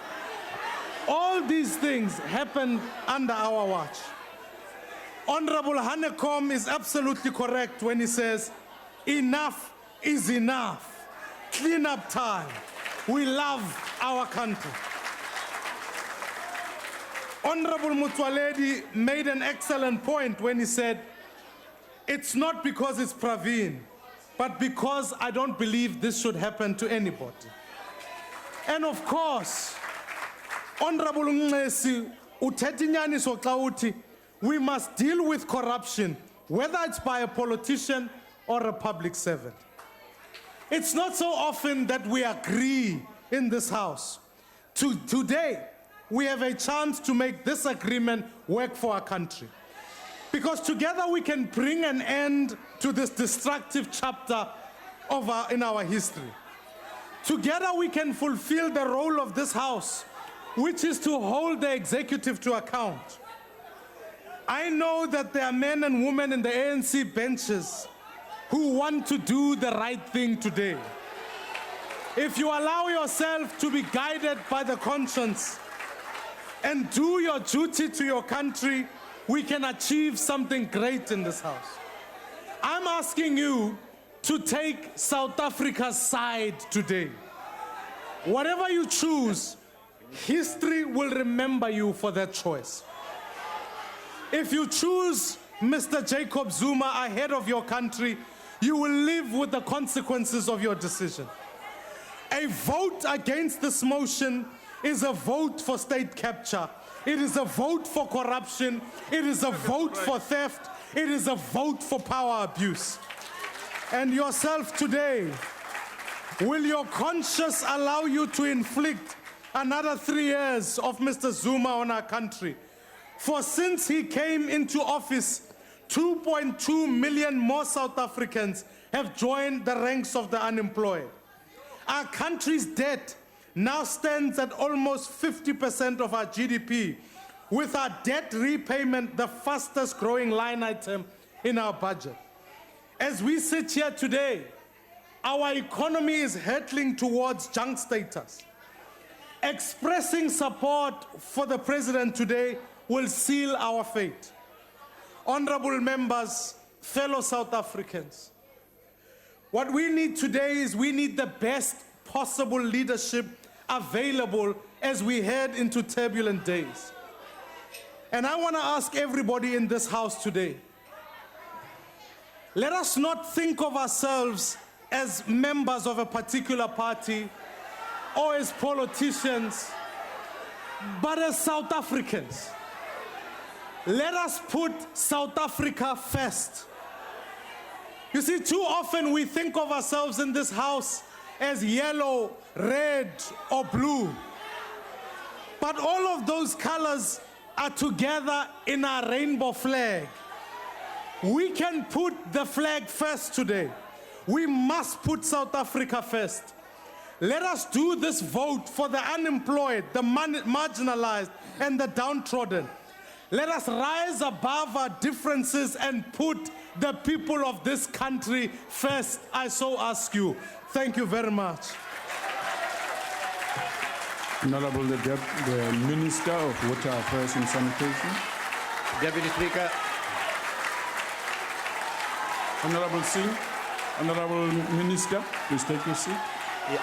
Honorable Singh. Yeah, Honorable Deputy Speaker, it seems the only way you get recognized here is if you stand, because if you put your hand up for a point of order, you don't get recognized.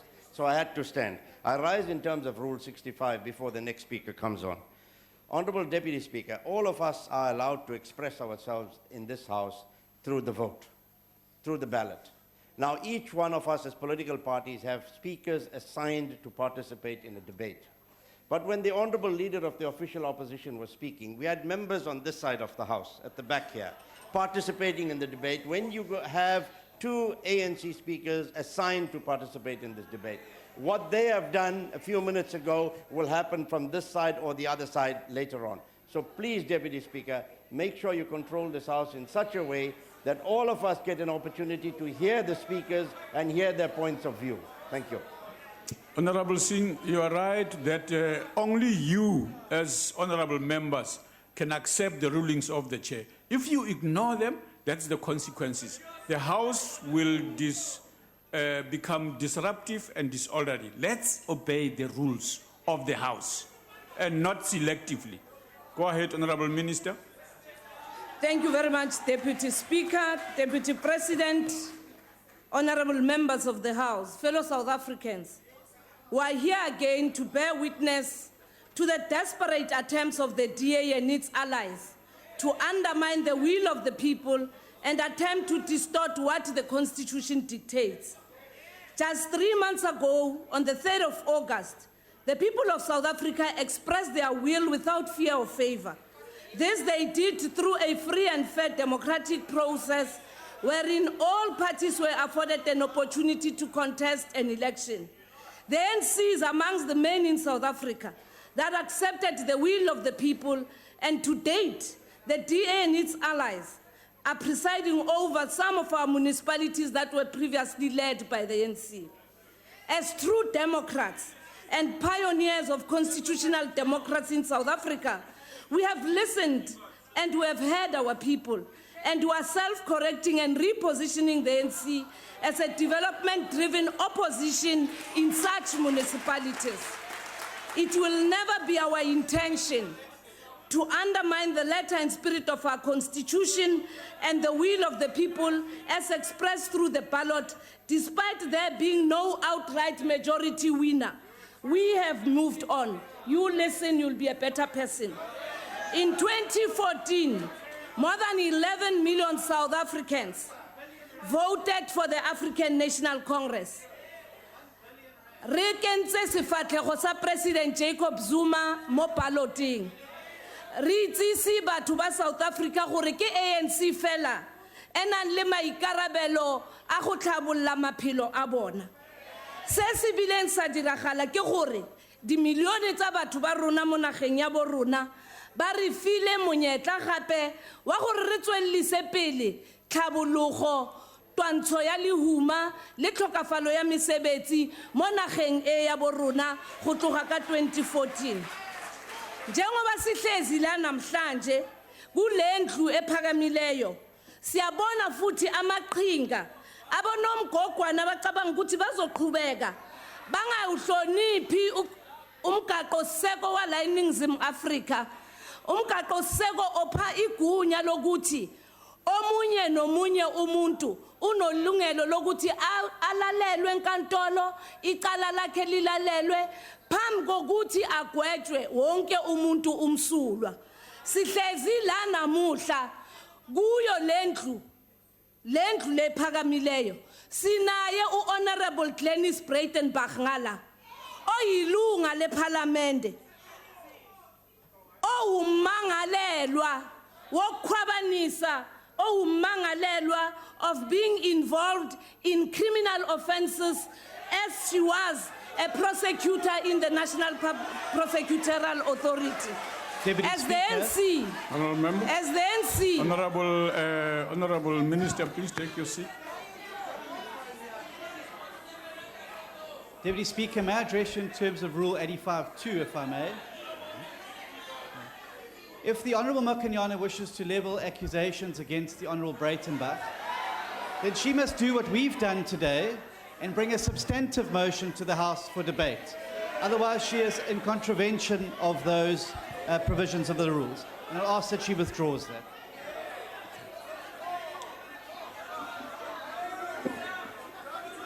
Honorable, go ahead, we'll call on you now. Go as the ahead. NC, we have never cast aspersions or doubts on the integrity of the NPA, even when the serious allegations that have led to the fraud charges that the Honorable Breitenbach faces today. This is because the conduct of the individual cannot bring us to undermine the integrity of the Constitution, of the institution. The motion we are here debating today is really a phantom to masquerade the essence and nature of opposition politics in our country and their quest to gain power by other means other than the ballot box, using a black face to protect the interests of the white minority. Continuously, the DA and its allies Deputy present... Speaker. Yes, honourable member. Deputy Speaker, we've had several rulings in the House about racial stereotyping and race baiting. I would ask that the Minister withdraws her reference to Mr. Maimane as blackface. Honourable Speaker. Yes. On a point of order. Yes. We all agree to matters of debate in this House. Any matters of debate that have not been ruled to be racist or unparliamentary. This matter that Honourable Mokunyana is raising has no reference to any racism. It's a matter of debate. Yes. Deputy Speaker. Yes, honourable member. It was very clear that the Minister was implying, and if you check the Hansard, you will see for yourself, that Mr. Maimane is being used by people of another race to get the message here. That both casts aspersions on Mr. Maimane as an honourable member of this House and is using race to profile somebody. So if the ANC are wanting to say that it's open season now on racial profiling in the House, I think it's a very sad day for this House and for democracy. Yeah. Honourable members, I want to implore on you, including in the debate, that we be careful of the language we use, and I will, as suggested, look at Hansard and in fact rule on that matter. Let's proceed, honourable members. Honourable Minister, please proceed. Continuously, the DA and its allies... Order, Chairperson. Chairperson, order. Chairperson. Honourable member, yes. We are tired of giving by DA these letters to our member of the ANC. Please, you must stop doing this in the House. If I can give it to you, because this will create a problem to us. They give all us the members, and the members also assist them to give us these letters. Yes, give it to the table, honourable member, and yeah, we don't know what it is about. And explain to the...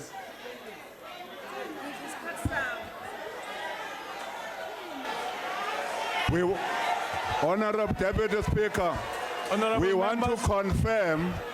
want to confirm what the honourable member is raising, that the DA is sending letters to all members of the ANC to vote in a particular way in this debate. I have one, too. Honourable members.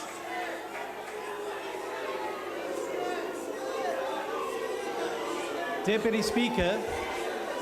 Yes, honourable member. Deputy Speaker, when we rise in the House, we rise on terms of the rules of the National Assembly.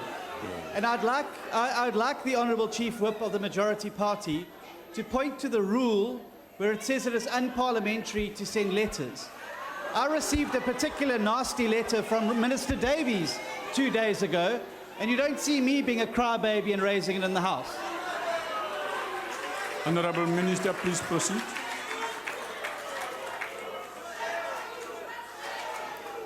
Honourable members, okay, order. Let the Minister proceed and speak. Proceed, Honourable Minister. Continuously, the DA and its allies present before this House motions and issues that seek to undermine our commitment to realize radical economic transformation and the creation of a social order that would benefit the majority of our people. They are trying hard to distract the NC and the government led by President Zuma from dealing with the challenges of poverty, unemployment, and inequality. This motion against President Zuma, in whichever way it may be put, seeks to have us ignore the fact that the majority remains without access to land and remain spectators in an economy largely controlled by a minority elite that is opposed to transformation, masquerading and led by a black face. Those elitist forces emerged as led by the DA to advance a protracted onslaught against the president and government on speculations and unfounded sentiments. This is manifested in the DA's ideological drive that aims to keep intact the apartheid economic patterns. This is a glaring misrepresentation of facts and a total disregard of reality. Since coming into office, President Zuma, together with the leaders of the African National Congress present here, appointed the former public protector following due processes as per the Constitution. Secondly, during his tenure, President Zuma appointed commissions whose recommendations he has taken into consideration: the Siriti Commission, the Falam Commission, the HIA Commission, are the prominent amongst others. Under his leadership, President Zuma signed 69 proclamations authorizing the Special Investigative Unit to undertake investigations intended to rid the state of corruption where it exists and to verify allegations of such where they arise. Just in the last financial year alone, the value of the 307 matters that have been referred to the NPA for prosecution and the assets for feature unit for feature orders is 6.8 billion. It is this ANC government that uses the correct systems to deal with corruption, to deal with maladministration where it arises. Honorable members, the state in its very nature engages, lobbies, and is lobbied by civil society, business and non-governmental organizations in the course of daily functions. Remember the visit and the receival of a check by Madam Zille just a few months ago. However, it is precisely because the NC, under the leadership of President Zuma, has taken the battle of economic emancipation of our people to higher levels, both locally, globally, that we are under such attack. Our radical economic transformation agenda has struck a nerve with the majority of those who have come to benefit from creations of the apartheid economic system and global economic domination, of those who have continued to exploit our resources. Any reference to state capture must have reference to the historical promotion of monopoly capital, enrichment of individuals, and a few established companies who to date unashamedly continue to be the dominant beneficiaries of state investments. For an example, in ESCOM spends 40 billion on coal annually, largely on 4 companies that have owned these companies for between 20 to 40 years. Just listen. These contracts will come to an end only in 2020. And only, as I've indicated, 4 companies remain beneficiaries of this. And many of the owners of these contracts do not live in South Africa. Those who have been benefiting continue to do so and are defending their ill-gotten gains at all costs and using their ownership of the means of production and some sections of the media to sow confusion. The DA is an unsatisfied complainant through its ill-conceived motions that seek not to only undermine the binding effect of the remedial action proposed by the public protector. In our quest to realize the objectives of socio-economic transformation under President Zuma, we have entered into binational and multinational agreements in an endeavor to grow the economy, create jobs, and close gaps of inequality. The initiative Invest South Africa, led by government, the private sector, and organized labor, continues to promote our economic fortunes aimed at steering the country out of the troubled global economic waters. It should also be mentioned that our fiscal imperatives are in full swing. The South African Revenue Services has, over the past 2 financial years, collected above the target despite the prevailing difficult economic climate. Actual collections in 2014-2015 were 986.3 billion rands. This surpassed the target by 7 billion rands. And in 2015-2016, the actual collection brought in historic revenue of 1.7 trillion, thus helping reduce the national deficit under extreme economic challenges. The 2016-2017 printed estimates, as announced by Minister of Finance Pravin Gordhan during his mid-term budget, is 1.152 trillion, and all projections are that SARS will collect and meet this target despite the real GDP growth set out at 0.5, and for SARS to achieve this milestone, it must perform above 7% GDP growth.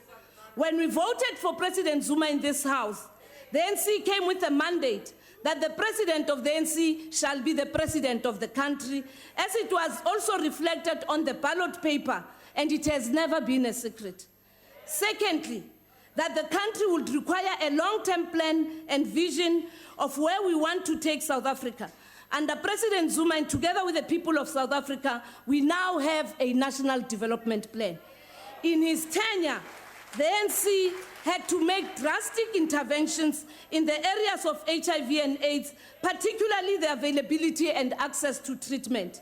We are rolling out comprehensive social security programs that have reduced the mortality rate in our country and mitigated the vulnerability of the poor, marginalized, and indigent.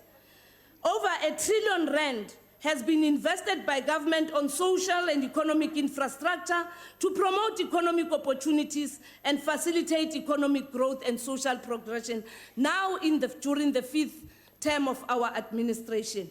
What is unfortunate, though, is that the DA and its allies know very well that this motion is ill-conceived and bound to fail, and have only raised it to denigrate and undermine the person and dignity of President Zuma. Contrary to the opinion of those who are opposed to the NC, who are convinced, as Thomas Carlyle, British historian and essayist, said that, and I quote, "Nothing builds self-esteem and self-confidence like accomplishment," close quote. Despite all the pantomimes and sideshows by the DA, President Zuma is focused on accomplishment that can only help grow the economy. To President Zuma, as the African National Congress was saying, the world will never appreciate the good you do 1,000,000 times, but will criticize the one wrong you do. Don't get discouraged. Always rise above all the laughter and criticism. We are not, as the ANC, we are not an organization that claims to be pure, but it is through our continuous efforts to remain true to the values and principles of the ANC that we remain much more focused, loyal to the Constitution, and being the pioneers of the Constitution, no one can dare challenge our commitment to that. As President Nelson Mandela said, and I quote, "I am not a saint. Unless you think of a saint as a sinner who keeps on trying, we will keep on trying, because ours has never been a struggle for a period of 22 years. It is a protracted struggle that requires capable men and women to remember that the struggle continues." Deputy Speaker, the African National Congress is ready to vote. Others fear our unity and steadfast commitment to the people of South Africa. We are never shaken. We will vote. We will oppose this motion. We will bring change in this country, not through partnership with opponents of transformation in our country, but together with our people who have listened to them, who have heard them, who are on a path for self-correction and renewal of the African National Congress, and we shall remain with them. Thank you, Nyabong. Thank you, Minister. Honorable Shivambo.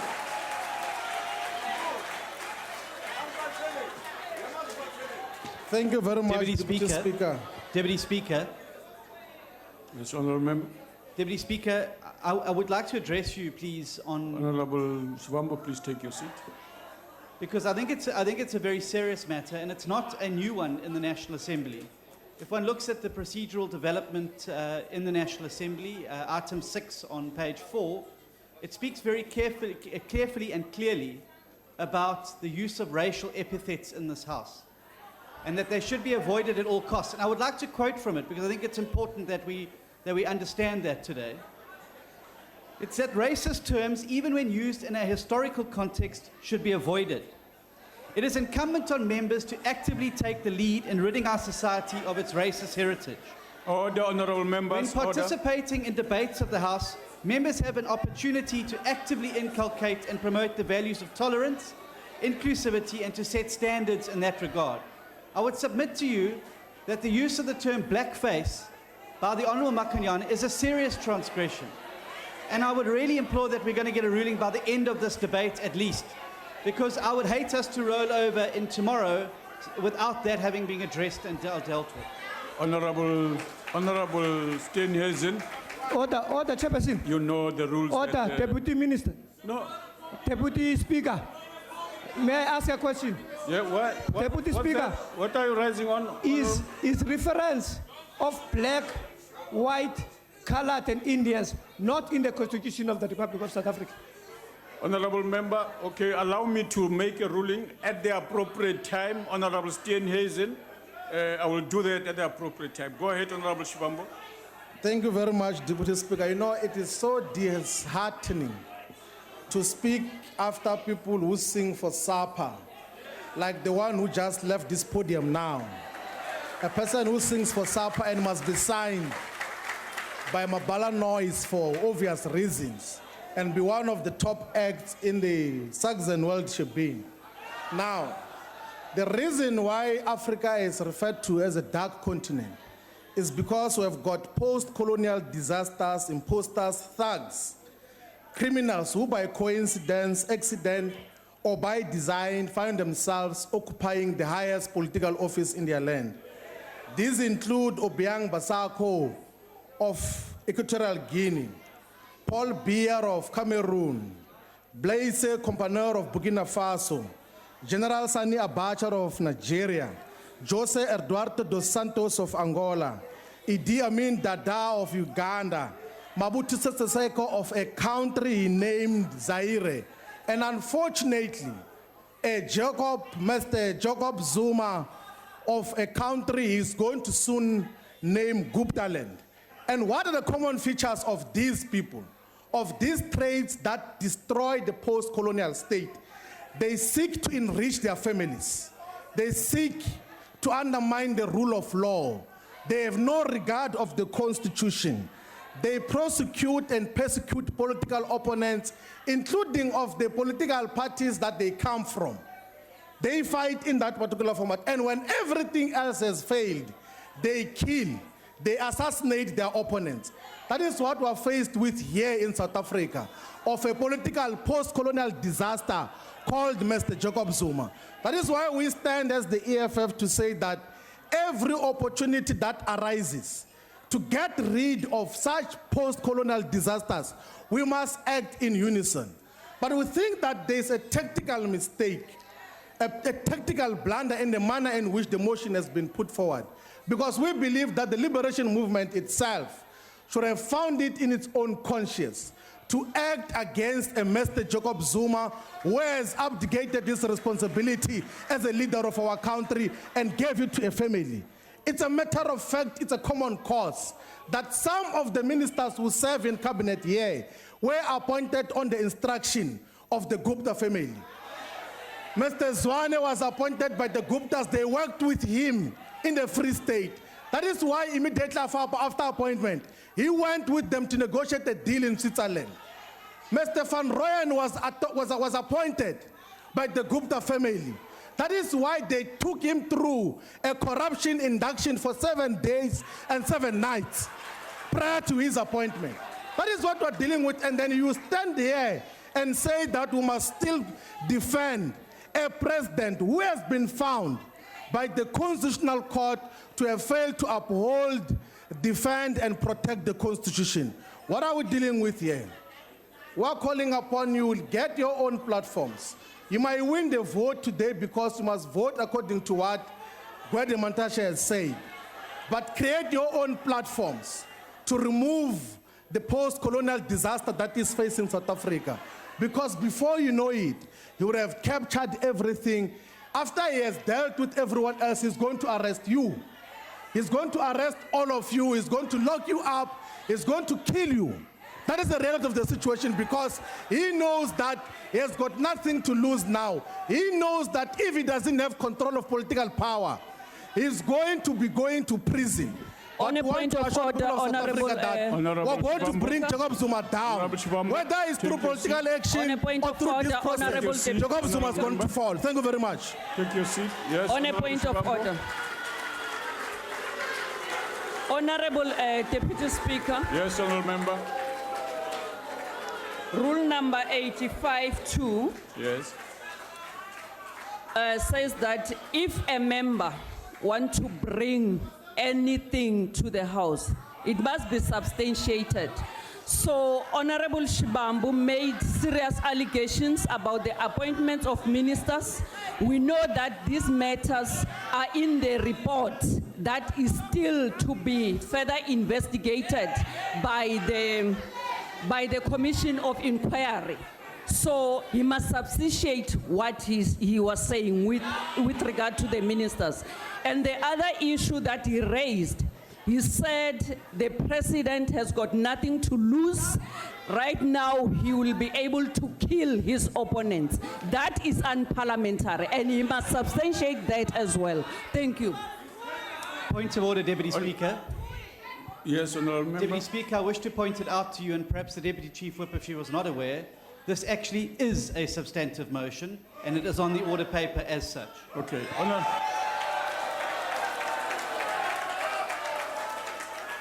Honorable members, let me point to you out that Rule 1 provides that a substantive motion with reference to a member or holder of an office specified in Rule 88 means a self-contained proposal in terms of Rule 85 and Rule 88 for separate consideration by the House relating to any charge against that member or office bearer. Rule 85 and 88 requires that a member who wishes to bring any improper, unethical conduct on the part of a member or specified office bearer to the attention of the House, such member may do so by way of a separate motion comprising a clearly formulated and properly substantiated charge that, in the opinion of the Speaker, prima facie warrants consideration by the House. Honorable members, a motion of no confidence in terms of Section 102 of the Constitution is not a substantive motion. As defined and provided for in the rules, it does not require a clearly formulated and properly substantiated charge, but may be brought on political grounds. A motion in terms of Section 89 of the Constitution, on the other hand, is a substantive motion since it must comprise and clearly formulated and properly substantiated charge as provided for in Section 89(1). Honorable members, therefore, the unparliamentary reference that Honorable Shivambu referred to are incorrect and therefore falls foul of the rules, and we suggest that he withdraws them. Honorable Shivambu. Deputy Speaker. Deputy Speaker, let me assure you I've that... invited Honorable Shivambu. Take your seat. Let him respond. Let me assure you that I'm not going to withdraw truth here. It's not going to happen. Yes. It's never going to happen. I'm not going to withdraw the truth that the Gupta family working with Jacob Zuma have appointed Zwane and have appointed Van Rooyen. It's a matter of fact. I can't withdraw that particular reality. Yeah. And it's a reality that we are living under a growing dictatorship of Jacob Zuma. It's a fact. Who's seeking to enrich himself and his family. There is no need to withdraw that. I will never withdraw. It will never happen. Yeah. Honorable member, you further said, I've heard you on this one, you further said the president is going to kill you. That's imputing a motive to a member of parliament. You have to withdraw that. I repeat that all dictators, after they steal government money and then enrich their families, and they fight against their opponents, their last option is to kill their opponents. As a matter of fact, that is where it is going. What kind of a president charges their own ministers through wrong procedures? Because that is where he's Honorable going. member. Jacob Zuma is going to kill you. Honorable member. All of you who are thinking that you are on his side now, you are going to vote for him today, but in the future he's going to kill all of you. Honorable member, you are repeating this despite a request from the presiding officer not to do so. I regard this as a serious violation, and that I'm going to refer this on a point of order. appropriate dealing with in the House. On a point of order. What's your point of order, Honorable Member? Deputy, you know, we cannot curtail debate in this House through these spurious things that you are naming here. First of all, we have a right to debate in this House. If you are making these things of substantive motion, a substantive motion was made in this House to discuss state capture, I think about 3 weeks ago. These things were discussed in that substantive motion. Honorable member. What other substantive motion are you looking for? Order, Speaker. Honorable member. Order, Deputy Speaker. Order, Deputy Speaker. Yes, Honorable member. Deputy Speaker. No, no. Don't shout at me. Point of order, Take your seat. Take your seat, Honorable member. I've recognized the member. I'll come back to you. No. Honorable members have pointed out at someone else. Yeah. Take your seat. We're trying to help you, Chair. No, take your seat. I haven't invited your help. Wait a minute, you'll get your chance. Go ahead. Deputy Speaker, with respect, I want to take issue with your ruling that this is not a substantive motion. It most certainly is a substantive motion. It would be virtually impossible to discuss the removal of the President of the Republic of South Africa if we were not to be able to discuss the reasons why we wish to the removal. That is why we were required to substantiate it, why there was significant intervention by your office to amend wording, etc., to make sure that it was in compliance. But it would make a farce of this whole debate if it were not regarded as a substantive motion, because we couldn't put the charges in which we feel the President needs to be removed if it was any other way.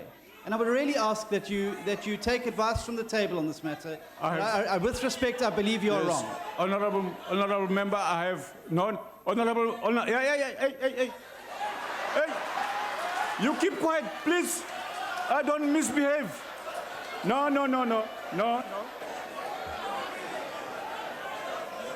Go ahead, honorable member, and then I'll call you. Go ahead. I thought it was my turn, Chair.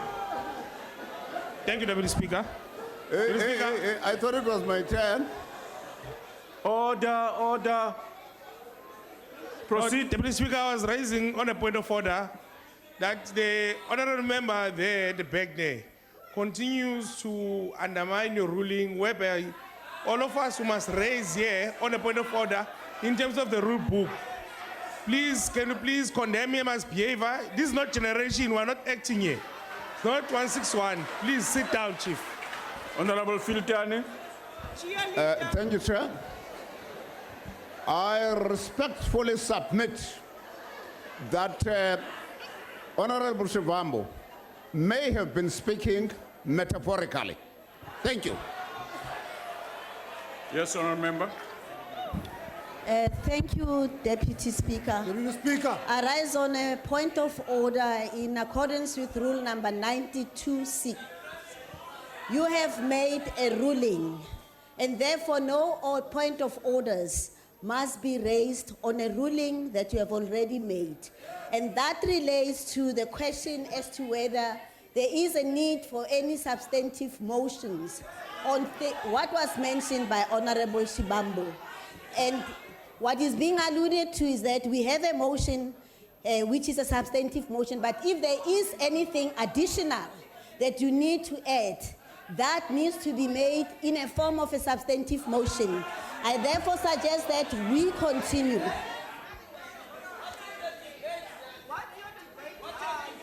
Honorable members, I will proceed on the basis Speaker, that honorable. Speaker, no, we must. Can you please recognize us? What's that? Fellas, you've allowed this Dawa, which is Kulu, we must recognize us as well. We are saying that whatever that these people are saying, our deputy president is not withdrawing anything. And that is a fact, it's not going to happen. So let's go. Honorable member, there's not a point of order. Take your seat. Honorable members, in the interest of the debate, I want to suggest we proceed.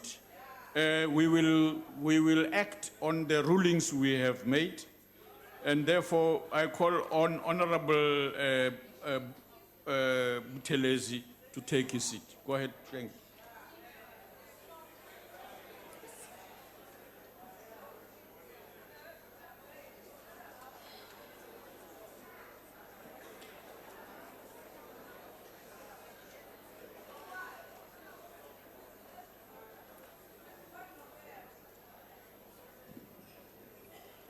Honorable Speaker, Your Excellency, our Deputy President, Honorable Ministers, Honorable Deputy Ministers, Honorable Members, Ex Unitate Vires was the motto of South Africa's crest in the past era, which was a contradiction because our people were divided. A house divided cannot stand. It really distresses me that we're so disagreeable and acrimonious unnecessarily. We can disagree, but not be so acrimonious. We have seen the evidence of fallen dynasties and fallen empires. Must we watch? It happened to Africa's oldest liberation movement. This is no longer about the voice of the opposition or NGOs or academics or religious leaders. The cry for the president to step down is echoing from all corners of the country. It's on the lips of stalwarts of the ANC, spoken from the heart of men and women who liberated our country, pledging their lives to a noble cause. I worked with these men and women and we struggled for freedom. They are veterans of the ANC who have never abandoned their cause or their party. Many have held high office as ministers and members of the NEC. To brush aside their concerns for their party and for our country is an act of unimaginable obstinacy.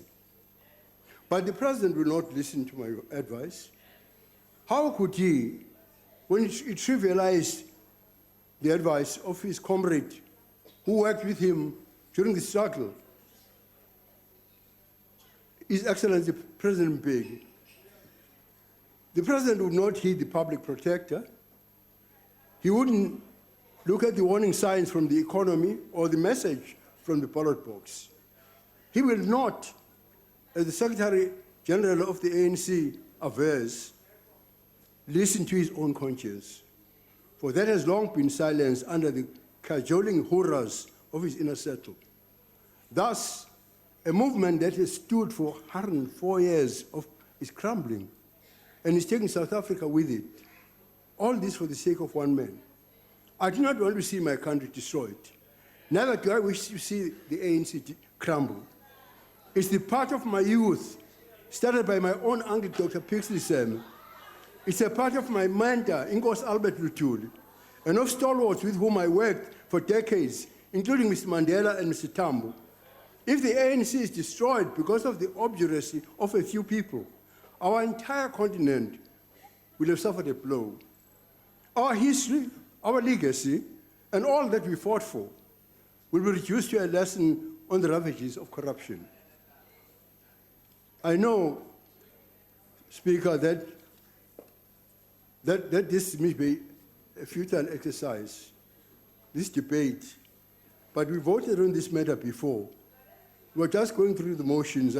We all know that nothing will happen, as long as the ANC are the ruling party. Honorable Schenke, But the IFP will do what is principally your right. time has expired, We support sir. this motion, Yeah. for we have no confidence in the president's moral leadership. Honorable Mutau, Your chance. As Luther said, Honorable here- Schenke, your here time I- has expired, Here I sir. stand, I can do no other. Yeah. Go ahead, Honorable Mutau.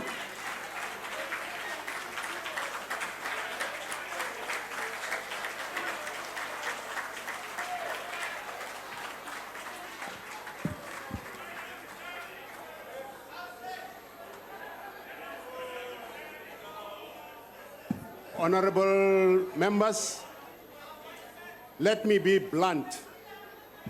Mr. Jacob Zuma should never have been the President of the Republic of South Africa. His scandal-infested, terrible track record since he took office speaks volumes in this regard. Electing him was a grave, costly mistake on the part of those who voted him into office, not once, but twice. History will judge you harshly. The state of capture report by the former public protector Thuli Madonsela, which was released to the public following strong pressure from the DA and others, confirms that President Jacob Zuma and the Guptas head up a public-private partnership that has been stealing billions of rand from the national purse. This is money that is sorely needed to fight poverty and reduce unemployment. Let us be clear about what we're talking about here. Unadulterated corruption, fraud, theft on a grand scale.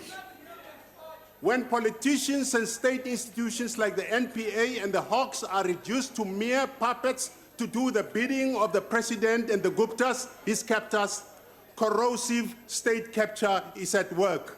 Its consequences can be devastating. Example, the recent malicious and ill-considered decision by the National Director of Public Prosecution, Sean Abrams, to charge Finance Minister Pravin Gordhan cost South African economy about 50 billion rands in 24 hours. Recently, during a talk on ethical leadership at GIBS, the business school in Johannesburg, Chief Justice Mogoeng said this: ethical leadership leaves no room for corruption. Ethical leadership leaves no room for the manipulation of politicians by the corporate world. Chief Justice Mogoeng did not name anyone when he made these remarks, but it must have been quite clear to his audience that he could have been talking about President Zuma.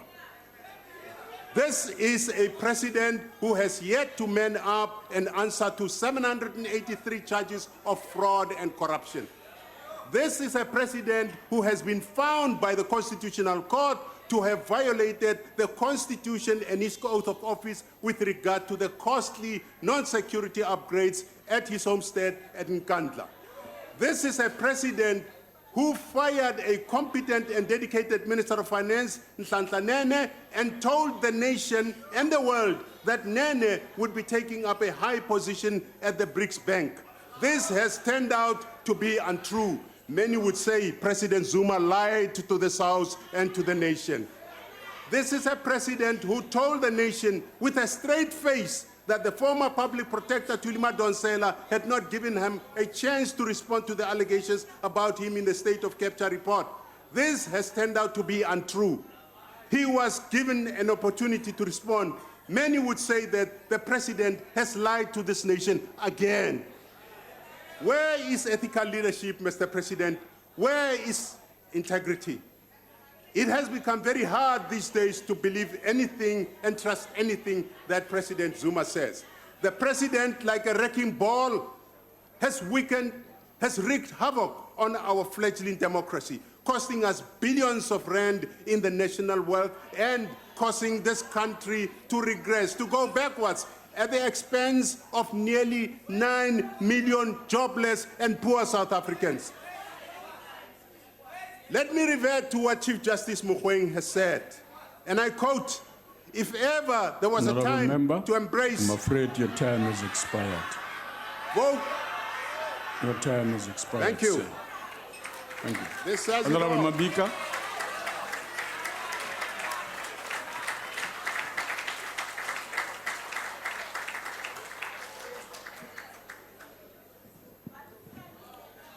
Deputy Speaker, during the past 22 years, the ANC had given South Africa 3 of their best. First was Utata Umadiba. He brought to the office of president an enduring quality which our nation so desperately needed at the time: dignity and hope.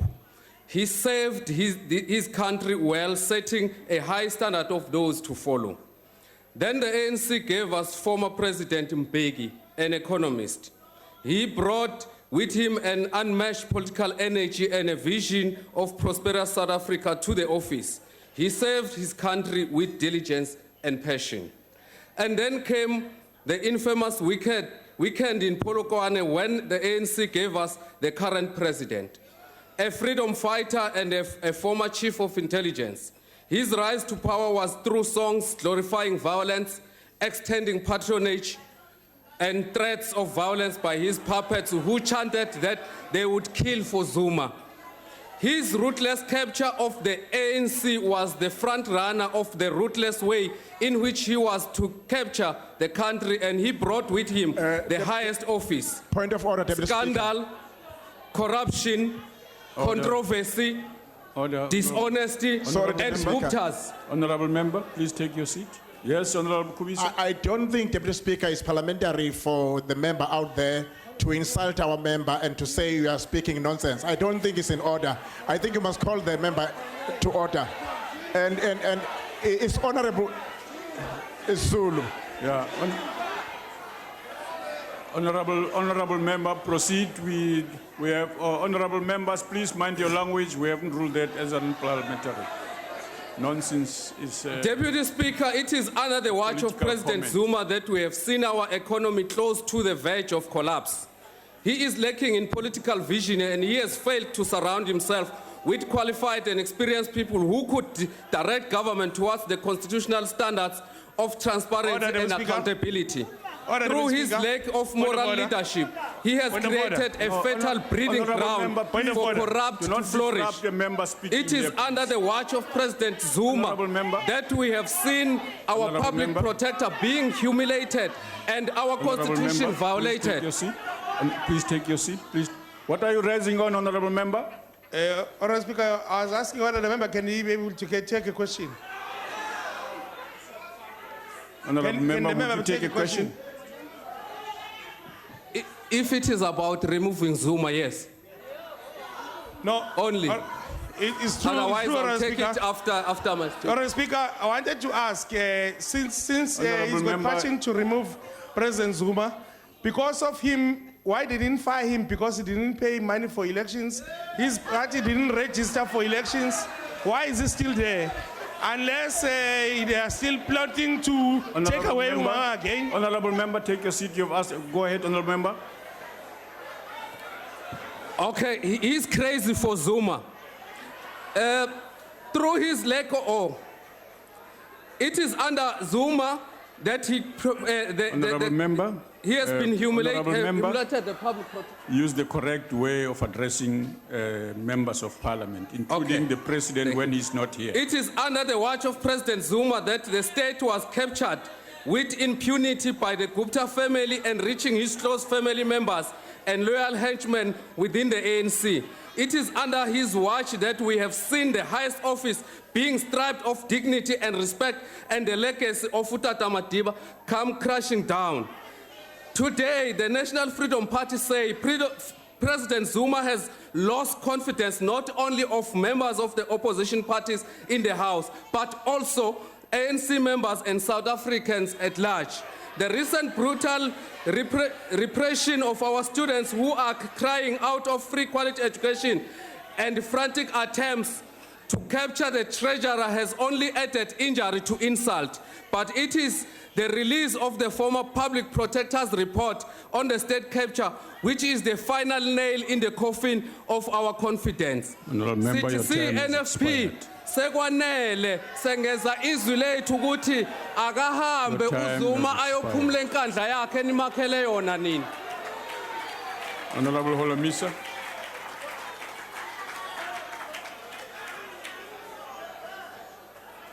Deputy Speaker, Deputy President, and honorable members.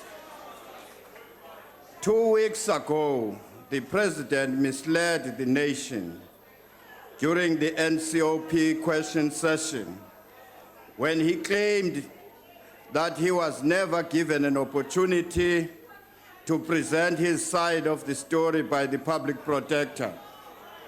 We now know with evidence in our hands that this is contrary to the facts as they are also confirmed by the audio version of the report.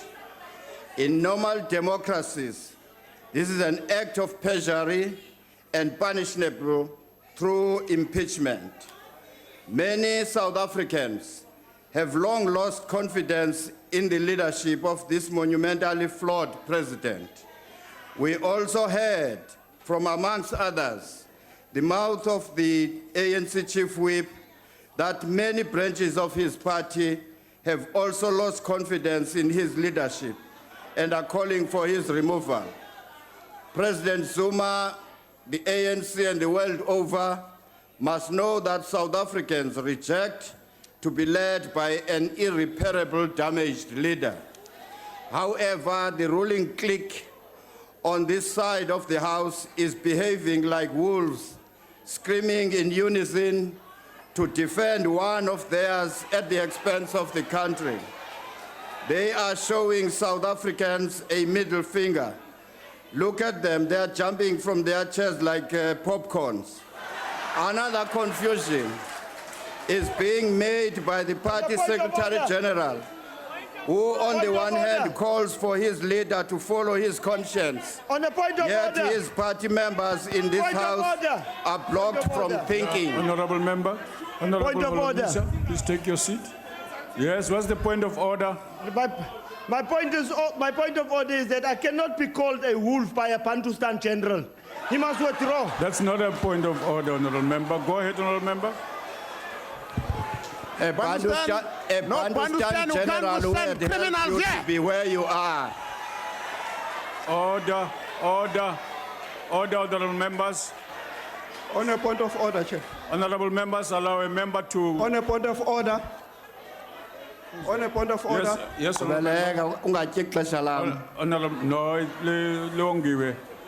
Member, yes? Honorable Chair, in 2009, Take your seat, Honorable Member. In 2009, the ruling was made that to refer to the members as animals was unparliamentary. So they refer to things like dogs, monkeys, and mules. So we cannot refer to the members of parliament as wolves. Can you rule on that, please? On a point of order, Chair. Yes, Honorable Member. Chairperson. Honorable Holomisa, please take your seat. No, don't worry, I can stand. No, the rule says you must sit, sir. Can my leader be protected here? The issue here is that he said like wolves, which is a simile. He didn't call anyone a wolf, yes. Right? The metaphors, most often is scratched out of his speeches because about Abafunu Mamel. Can you ask them to stop rising on frivolous points of orders and allow us to conclude the debate? Yes. Because that was a simile for you chaps. Yes. He did not call anyone a wolf.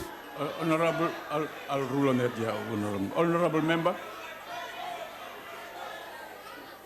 Go ahead. I'll come back to that. Another confusion is being made by the Secretary General of the ANC, who on the one hand calls for his leader to follow his conscience, yet his party members in this House are blocked from thinking. It begs a question, how many and to what extent are the apex leaders of the ANC are contaminated by the actions of their flawed leader? This crisis is only equal to the collective conscience of all the citizens. In this regard, the UDM calls on all citizens, irrespective of their political persuasions, not to abdicate their historic and fundamental civic responsibilities. We must find a common point of convergence to defend our hard-won democracy. Honorable Holomisa, your time has expired, sir. Ningola nje masela uyahamba uZuma niyathanda nithande. Honorable Chair, on a point of order. No, another point of order. Yes, Honorable Member. That member, I'm rising on Rule 82 and 84 and 85. That member has called us thieves on the side. I think we must rule on that. Because there's no court. I've never been charged for anything like that in my life. I'll rule on that, yes. Point of order, Deputy Speaker. The previous speaker did not make reference to any specific member of that party. Honorable You've Member. called the Democratic Alliance and other parties racist a million times before. Honorable Member. And no one was ever asked to withdraw that. Take your seat. Honorable Members, I'm going to rule on this issue now. Go ahead, Honorable Member.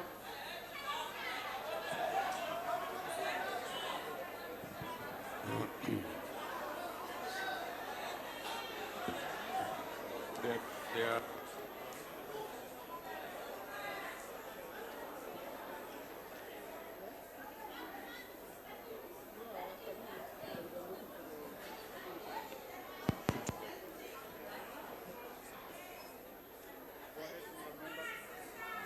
Go ahead, Honorable Member. Speaker. Honorable Melda, please just hold on. Honorable Mbata, You must let my time. what are you raising on? Rising on a point of order, Deputy Speaker. Yeah. There was a street kid in the House who called Honorable Olomisa a Bantu a stand general. That street kid must also withdraw that. Honorable Member. Honorable Mbata. Your Honorable Mbata, your story falls flat on its face. There's no basis for you to call anybody a street kid. Yeah. Honorable members, I'm trying to preserve that we go through the debate. These insults you are hurling at each other unnecessarily create a delay that is unacceptable. Let's debate this matter. I want this matter to be debated so that you close it properly. Any way of handling it that is problematic throws us. We will rule on these matters. Honorable Member, please go ahead. Speaker, what is said in Section 55 of the Constitution? It says the National Assembly, that is each of us sitting here, should exercise oversight over the way in which the National Executive, that's the President and the Ministers, do their work. So, since the firing of Minister Nene, the President has been stumbling from one disaster to the next. Nowhere in the world has another Minister of Finance been fired, a new Honourable Minister van Rooyen appointed, just to be replaced 4 days later by Honourable Gordhan. Nowhere in the world has another Minister of Finance been charged with fraud, to only have the charges withdrawn a couple of weeks later. While these games are being played, South Africa loses 50 billion rand. Today we also know that it is a lie that Minister Nene would have been promoted to the BRICS Bank. What does the Constitution stipulate in Section 96? That the President and Ministers may not abuse their positions or any information entrusted to them to enrich themselves or improperly benefit any other person. From the state capture report, sir, I can find numerous examples where this had happened. Why does the FF Plus, the Freedom Front Plus, support this motion of no confidence? Because we have lately evaluated the President's actions, because we searched our consciences and came to the conclusion that in the light of the Constitution's directive to the National Assembly, we have no other choice but to support this motion. The conclusion is that only that of the Freedom Plus or other opposition parties, sir. No, it represents a view of an ever-increasing number of South African individuals and organizations. The Honourable Chief Whip of the ANC came to that same type of conclusion. A previous Chief Whip, the Honourable Motshega, came to that type of conclusion. The trade union, Nehawu, and Nelson Mandela Foundation came to conclusion. 101 ANC stalwarts, and I got their names here, came to that conclusion, sir. Today, ANC members have the opportunity to search their consciences and also come to the right conclusion.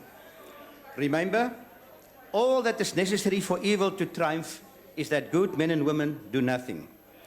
A true leader or a president gets the cooperation of his supporters, and I'm a leader, by inspiring them, not by intimidating them. If the ANC also believes in that type of leadership, it will allow its members to vote in a secret ballot. But the ANC members are intimidated and may therefore not vote in that secret ballot. The Freedom Front Plus calls on all members to vote according to their conscience. If the ANC members miss this opportunity, I predict it surely will become, and listen to me, a protracted, painful process that would end in a disaster for the President and in which the ANC itself will suffer ever more damage. If ANC members again decide to ignore the facts on the table, they are not fulfilling their constitutional duties, and take my word for it, sir, history will judge them very harshly in a couple of years' time from now. I thank you. Honorable Lekota.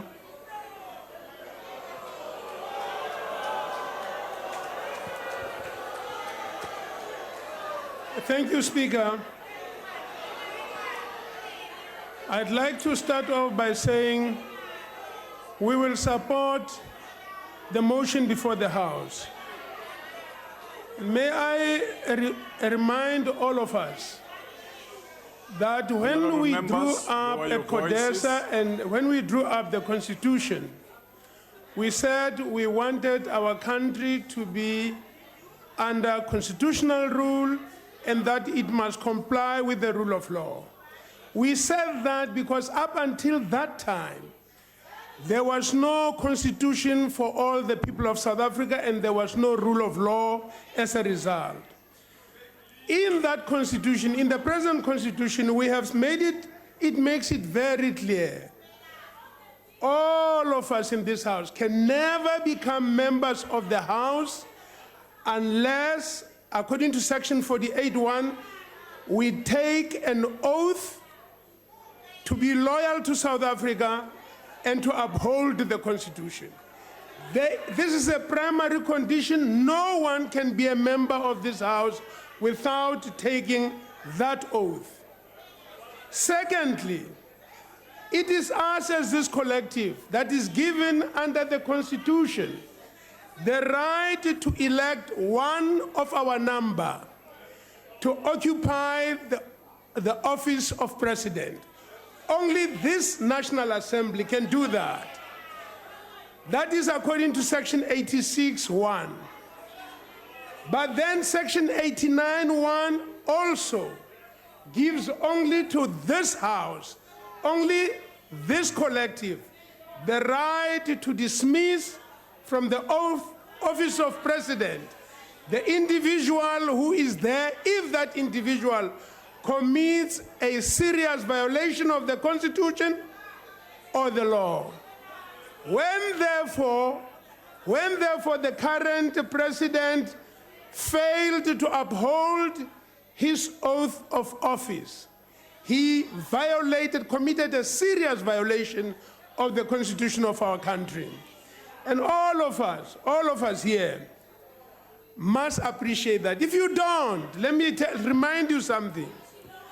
When President Mandela was called to appear before the court at the request of Louis Lade, there were many amongst us, and I was still part of the African National Congress. There were many who were saying he must not go. And President Mandela said, I cannot be the one to provide an example of undermining or of violating the Constitution of our country after all the years I spent in jail.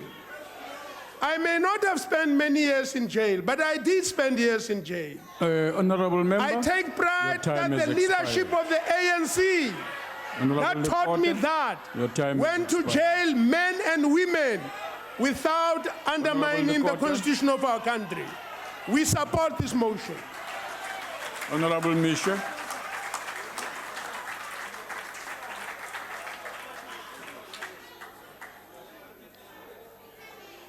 Deputy Speaker, calls from concerned South Africans for President Zuma to resign have intensified this year, but the President has stubbornly refused to heed them. Former President Thabo Mbeki wrote a letter to him, appealing to him to listen to his people and do the right thing, but the incumbent chose to reject this sound advice. Last week, the Save South Africa movement, consisting of patriotic and distinguished individuals, members of civil society, the clergy, and ANC veterans, also appealed to President Zuma to step down. But again, our stubborn president rejected the appeals. Today, I want to appeal to the consciences of ANC members of parliament to do the right thing and put the interests of their country before those of President Zuma and his defenders. I'm appealing to them to support this motion to remove President Zuma from office. The ACDP believes that our country desperately needs an ethical and principled leader of integrity who hates corruption. Deputy Speaker, yesterday a pastor came to my office to ask me to read a prayer for South Africa in the House today, and I'm going to do that. He said, and this prayer was written by the Secretary General of the Evangelical Alliance of South Africa. It reads as follows, and I quote, "Our God in heaven, we worship and adore you. Hallowed be your name in all the earth. We lament the failures of our leaders to live up to their calling to lead with integrity and justice as servants of the people. We repent from our tolerance of rampant corruption in our public institutions and for allowing evil to triumph on our watch. We pray for the replacement of those in government who have made themselves instruments of evil and corruption. We particularly ask that you replace the state president who has disrespected his oath of office and plunged our nation into crisis through his lack of ethical leadership. Honorable Deputy Speaker. We pray that you raise up Honorable those... Michel, please take your seat. Please take your seat. Yes, honorable member. I rise on Rule 84. And I do believe in the Bible, Honorable Michel, but I don't think it will be correct for you to want to label honorable members as devils using the Bible. But Deputy Speaker. Yes. Deputy Speaker. Yes, honorable member. Nowhere in the word is it allowed to disrupt a prayer, please. How do you do that? Take your seat, This is how the ANC has come to be, disrupting a prayer. Honorable member, proceed, Honorable Michel. Speaker, President Zuma has defied and ridiculed South Africans from many different backgrounds who love their country. These include professionals, former constitutional judges, former state presidents, academics, business people, ANC leaders and veterans, and ordinary people who are concerned about the damage his tainted and compromised image is doing to our country, and we are appealing to his conscience to do the right thing and step down. The ACDB believes that the time is now for President Zuma to step down and go back to Nkandla to look after his cattle, chicken, and livestock that he has not had time to because of his travels around the world. Thank you. Honorable Gallo.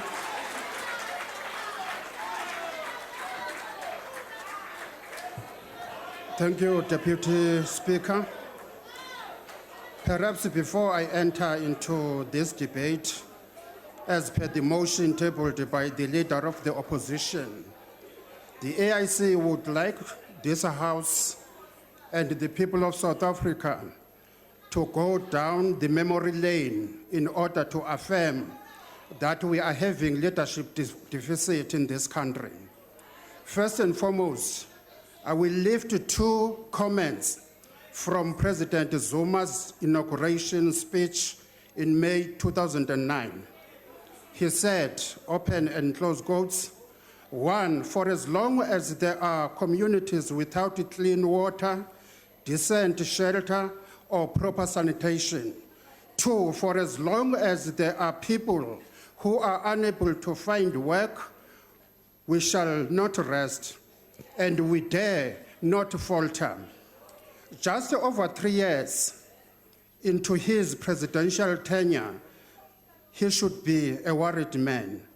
Hardly a day goes by without news reports about communities lacking decent housing or water, about unemployed young people taking to the streets over lack of jobs and poor service delivery.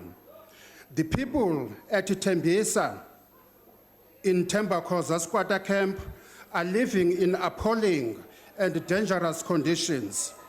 An extreme example of the prevailing hardship endured by the poorest of the poor people in this country was the shocking death of 4 children from Vertval in Northwest in November 2011. The 4 Mupele children aged 2, 6, 7, and 9 died of hunger in the veld after they got lost searching for their mother, who had gone out looking for food. Taking these 2 examples into account, we can say we are having we can say we are having value-based leadership in this country? The answer is definitely no. For instance, if you look at President Zuma's cabinet, you may find that there are few people who are clean without criminal records. One of the ministers is on record saying that they all have their smallest skeletons.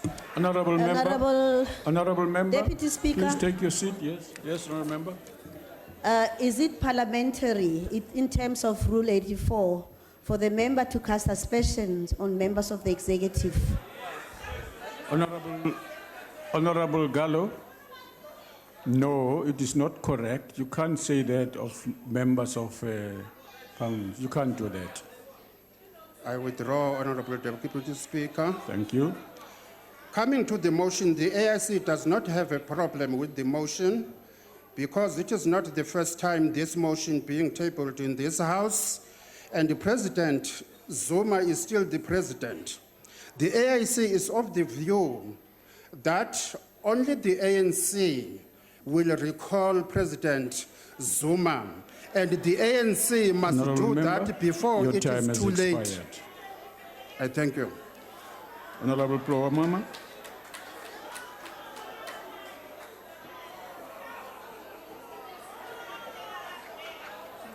Thank you, Honorable Deputy Speaker. On behalf of Alang SA, we wholeheartedly support this motion. President Zuma has turned our country government as his personal property. He uses his office to access state resources for his family and associates. Order, Speaker. Honorable Deputy Speaker. Yes, honorable member, what are you raising on? Honorable Speaker, Honorable Plumam, sit down, please Honorable. take your seat. No, honorable member, don't instruct members. You have no right to do that. Honorable Speaker, is it parliamentary for Honorable Prohama that he withdraws the motion and they want to come and debate for it now? No, that's It's really out frivolous. of order. That's Deputy frivolous. Speaker. Proceed, honorable member. Deputy Speaker. Yes. Deputy Speaker, I'd like to address you What's in, that? in terms of the rule that relates very clearly to the fact that members should not use points of order frivolously to disrupt speakers. Now that was a classic example of somebody using a frivolous point of order. Now it's bad enough that the Sunday Times named it the Mampara of the Year, but I really think he doesn't need to come here and prove to himself and to us in the House every time that that is the fact. Please, it is the second time he's made a point of order that has absolutely no relevance, and he does it to disrupt opposition members. Go ahead, honorable Plowama. I've already ruled on that. Honorable Deputy Speaker, I know for a fact he's drunk. Honorable Deputy Speaker. Honorable Plowama, don't complicate your life. Withdraw. Thank you very much. Honorable Deputy Speaker. Honorable Deputy Speaker, he must just withdraw drunk. Honorable member, please. I thought you did it. I withdraw. Honorable Chief Whip, nawe baba ususukuma ukhulume nje ngakukhombanga. I withdraw. Proceed, honorable Plowama. Honorable Deputy Speaker, the Zuma presidency has lost its moral nadir. It's now characterized by systemic theft, patronage, parasitism, and plunder. It is of no use to keep this false messiah who has become a corrupt monster. President Zuma has become an ethnic entrepreneur, one of the dinosaur generation, like Eyadema of Togo and Mengistu of Ethiopia. This presidency reflects general malaise, where the Guptas Honorable Deputy Speaker. Yes, honorable member. I want to plead with the member, in accordance with Rule 85, for him to present a speech without name calling, because he's just name calling on members without That's actually not a presenting point the of order. facts. Honorable Speaker, allow the member to proceed, please, man. Honorable member, Deputy can you Speaker. proceed? Honorable Steniasin. I'd like to address you in terms of Rule 92.9, if I may. Yes. Because for the last 2 days, the honourable member who's just risen keeps rising repeatedly, and I don't know if that's the only rule that she's memorized, but she rises repeatedly and raises it. They never sustained, and it's a form of harassment of members on the floor.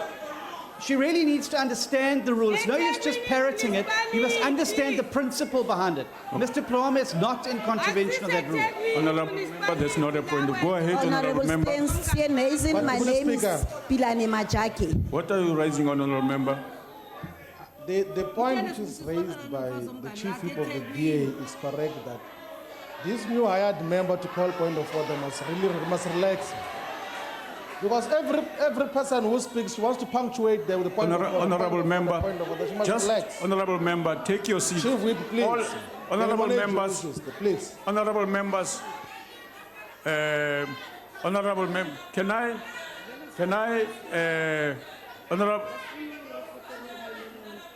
honorable members, Tulani, honorable members, Tulani, honorable members, proceed, honorable member. On Honorable the Deputy point of Speaker, order, Chair. His presidency. Honorable raising- Flowama, just hold on. I said he should speak. Sorry, I must be direct, yes. On the issue raised by the chief whip of EFF, when he said that the whip of the ANC is a hired member, so he's impugning on her dignity, or according to Rule 85. Yes. Honorable members, can you stop this? Honorable members, you are out of order. You are rude. You are rude. Stop and stop it. It seems like there's something that you are not internalizing here. Every member have a right to raise on a point of order, especially if they are not frivolous. All of you have been raising that. Proceed, Honorable Plowama. Honorable Deputy Speaker, his presidency reflects general malaise, where the Guptas are like cannibals to our state-owned enterprises. This president must succumb to the consequences of his own greed and reckless appetite of material. For Zuma to continue as a president, it will be like taking poachers to guard rhinos in our treasury. President Zuma is an artery of a looting machine. Point of order, Deputy Speaker. Yes, Honorable Member. What's that? According to Rule 82, he must precede by saying President Zuma or Mr. Zuma. He can't just say Zuma. Yes. Yeah, he knows that. Honorable Plowama, you know that. Proceed. Okay.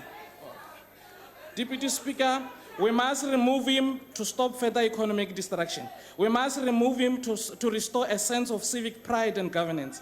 He has become an incubator of poverty. With vultures like the Guptas destroying our future, this president has turned our country to a sorry mess, created an environment for conduits and vampires to flourish. What sins have we done? What sins have we committed? This president is a punishment to our nation. We must redeem ourselves and remove this president. I thank you. Honorable Godi.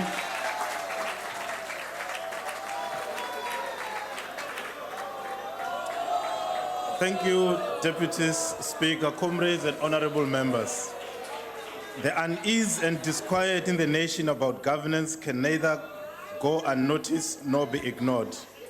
Our legitimacy as leaders derive always from the consistency of our actions with the laws and constitution of our country and commitments made to the people at elections.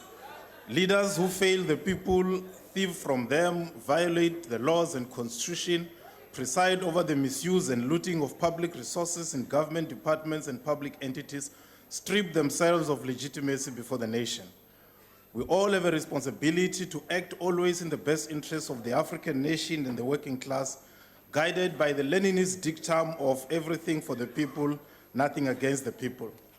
President Zuma and his cabinet have a challenge to demonstrate in word and deed that they are in all instances acting in the best interests of the people.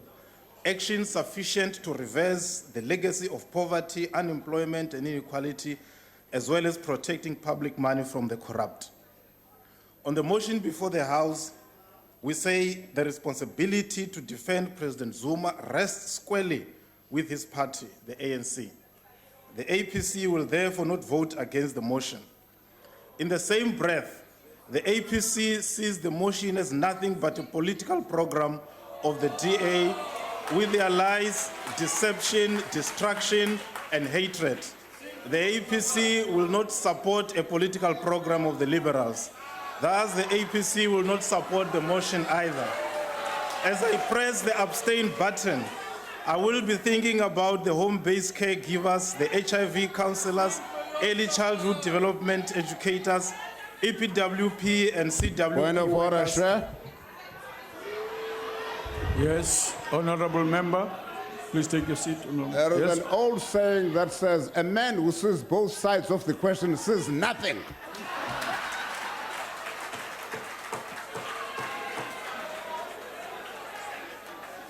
It's another frivolous point of order. Go ahead, honorable member.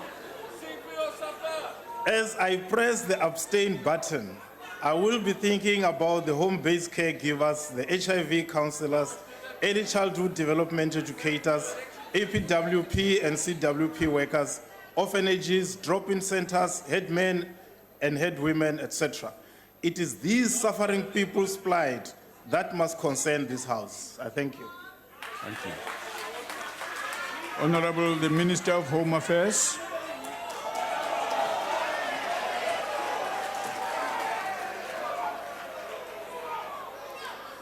Deputy Speaker, here we are again for a fifth frivolous attempt by the opposition since 2014 to win by stealth and cunning battles which they had lost on the ground.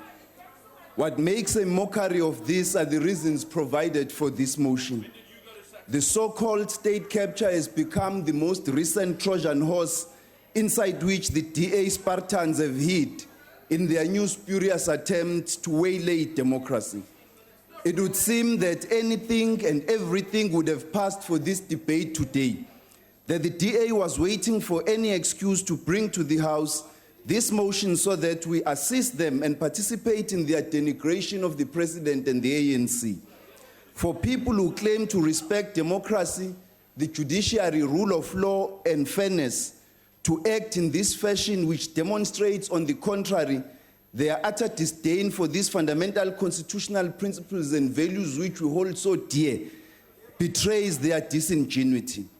In its own statement, the ANC has welcomed the erstwhile Public Protector's report, noted the seriousness of the issues dealt with, and welcomed its recommendations, whilst noting that they are inconclusive and contain no binding findings conferring guilt on any party, but rather calls for the establishment of a commission of inquiry into allegations of improper relationships and involvement of private interests in the running of the affairs of the state. Furthermore, the ANC said that it supports, as a matter of principle, the setting up of a commission of inquiry. However, due regard... Honorable Minister, please take your seat. Honorable Mbata, what are you raising on? Thank you very much, Deputy Speaker. I would like to raise a question with the member. Is the member prepared to take a question? The member won't take your question. Take your seat, honorable member. Proceed, honorable Minister. The ANC, furthermore, has stated its support as a matter of principle for the setting up of a commission of inquiry, noting that due regard must be given to the constitutional prescripts that guide the establishment of such commission. If the opposition believed in fairness and the rule of law, they would have welcomed the Public Protector's report in toto, and instead of jumping the gun to call for a no-confidence debate in the President on the basis of an inconclusive report, they should have waited patiently for the Commission of Inquiry and what it will find.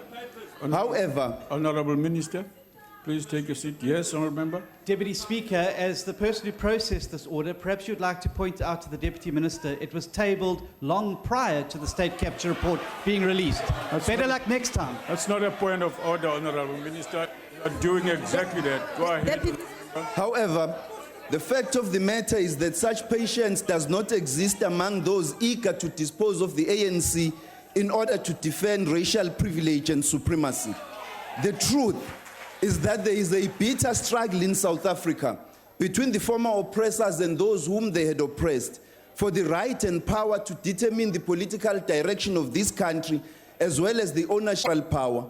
They had also secured for themselves the monopoly of political power and property ownership, included in which was the right to make black labor cheap and to exploit it without prohibitions. Throughout its existence, the system of white supremacy had been predicated on this very notion that in order to plunder South Africa's natural resources, the white minority had to have the exclusive monopoly of political power in its hands. The end of the apartheid system constituted the horror of horrors for the racialist political and economic establishment, as it elevated the native, long kept at his place as the political underclass and beasts of burden, to political power, where they could begin dismantling the system of racial supremacy, occupy the civil service, and change the laws and systems that had oppressed them, and start systematically to change both the economic structure, the structure of economic ownership and production.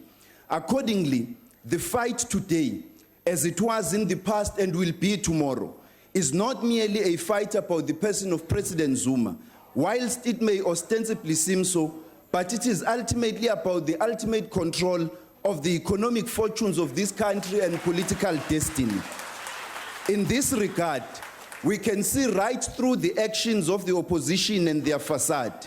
These self-appointed defenders of the Constitution and rule of law, in and out of this House, fail the fundamental test of their own claims and assertions. Ultimately, the true test of one's commitment to a particular principle is not your willingness to respect it insofar as it applies to you or your friends, but rather when dealing with your opponents. So on this basis alone, this motion is clearly spurious and should therefore not be supported. However, Lenin warns us that people always have been the foolish victims of deception and self-deception in politics, and they always will be, until they have learned to seek out the interests of some class or the other behind all moral, religious, political, and social phrases, declarations, and promises. At best, this motion is about political point scoring, but at worst, it is characteristic of the abhorrent ploys by the global empire and their local political hoodlums under guises of good governance and defending the Constitution and the rule of law to steal political power in order to defend, protect, and advance their exclusive economic interests. The CIA used this strategy in Iran in 1951, following a decision by the then Iranian Prime Minister Mohammad Mossadegh to nationalize Iranian oil, thus taking it away from a British company which was exploiting it and the Iranian people. According to John Perkins, author of The New Confessions of an Economic Hitman, Britain enlisted the assistance of the US, their ally, and I quote, "Instead of sending in the Marines, therefore Washington dispatched a CIA agent, Kermit Roosevelt, Theodore's grandson. He performed brilliantly, winning people over, and through payoffs and threats, he then enlisted them to organize a series of street riots and violent demonstrations, which created the impression that Mossadegh was unpopular and inept. In the end, Mossadegh went down and spent the rest of his life under house arrest. The pro-American Mohammad Reza Shah Pahlavi became the unchallenged dictator," close quote. Certainly, Iran was not to be the only and final country to experience such foreign interventions with the support of local actors. This is the story of Panama, Ecuador, Iraq, of Libya, and Zimbabwe closer to home. The modus operandi remains the same, driven by a cartel of global governments, local politicians, big global and domestic capital and corporations. At its heart, this is about the commercial interests of the rich and powerful, who control the media and pay off local political actors, journalists, and others in pursuit of their depraved agenda. For years, the opposition has adopted a strategy of personalized fixation and attacks focused on President Zuma, aimed at demonizing him and rendering him unpopular, portraying his leadership of our country as inept, corrupt-ridden, irrational, irresponsible, and reckless. This was precisely the argument made earlier today when this farcical motion was tabled. Mossadegh's crime in Iran was to reclaim their oil. Torrijos' crime in Panama was to reclaim the Panama Canal. Roldo's crime in Ecuador was to defend their oil. And so were the crimes of Muammar Gaddafi in Libya and Saddam Hussein in Iraq. In our case, our extensive mineral wealth, our membership of BRICS, and the prospective nuclear power station in South Africa lie at the heart of the regime change offensive we are today subjected to. Accepting this agenda and not opposing it to the very death will be our biggest folly. As one member of the Cuban Five said during their trial in the US, refusing to cower and cringe in front of the imperialist repressive machine, so we too repeat after him that here on this soil we stand with our robust souls. There will be no retreat and there will be no surrender from our side. The ANC prosecutes an historic mission to forge a united, democratic, non-racial, non-sexist, and prosperous society. The ANC, whilst the DA pays lip service to poverty, unemployment, and inequality, we know these conditions intimately because our people have lived in them for centuries, condemned to their brutality by the system of racial tyranny of which the DA today is the most ardent defender and single-minded promoter. For 104 years, our movement has struggled to overturn these conditions, concentrated as they are on black people in general and Africans in particular. The ANC has deployed Comrade President Zuma to lead the implementation of a program in government which will overcome these conditions. It is under his leadership that the National Development Plan was drafted and adopted. The National Health Insurance is being piloted. A new HIV and AIDS program was developed, giving a real chance to long, productive life to those living with HIV and AIDS. This country unveiled the largest infrastructure rollout in history. Focus was changed towards rural development, and this has spearheaded a radical land reform program. We now have 2 new universities in the Northern Cape and Mpumalanga. Further education and training colleges have been restructured, their profile raised, and billions of rand of investment made to improve their infrastructure. The NSFAS has been increased to over 10 billion rand, and the children of poor parents and the missing middle, earning less than 600,000 a year, will continue to receive financial support from government. A bold capital expenditure expansion was announced by state-owned companies, reflecting the expansionary outlook of this government towards economic investments. The first female AU Commission chairperson in its 50 years of existence was elected. The energy challenge was resolved and a 9-point plan for economic recovery developed. These are the issues our political class should be focusing on. These are the issues, however, which they choose to neglect. South Africans would be better served by an opposition that seeks to improve existing initiatives or offers compelling alternatives, rather than sitting back, free of the responsibility to govern, plotting ways to win news cycles and score political points. Working together with all South Africans who are committed to taking positive steps to improve our economy and society, we will move South Africa forward. Our country's politics is too divided and polarized today, driven by racial commercial interests. We need to unite our nation because these divisions are not good for all of us, especially during these economic times for the working class and the poor. The future of our republic hangs by a thread. Poverty, inequality, and joblessness weaken all of us collectively. Nobody benefits from their perpetuation. Our country cries out for a leadership that will unite us, bridge the gaps, restore our hope in the future, and point us ever forward towards the promise of a better life in a national democratic society where all shall enjoy fundamental rights as genuine equals. We hear the call of our people for a good, visionary, uniting, ethical, transparent, and accountable leadership that places the interests of the nation ahead of their own.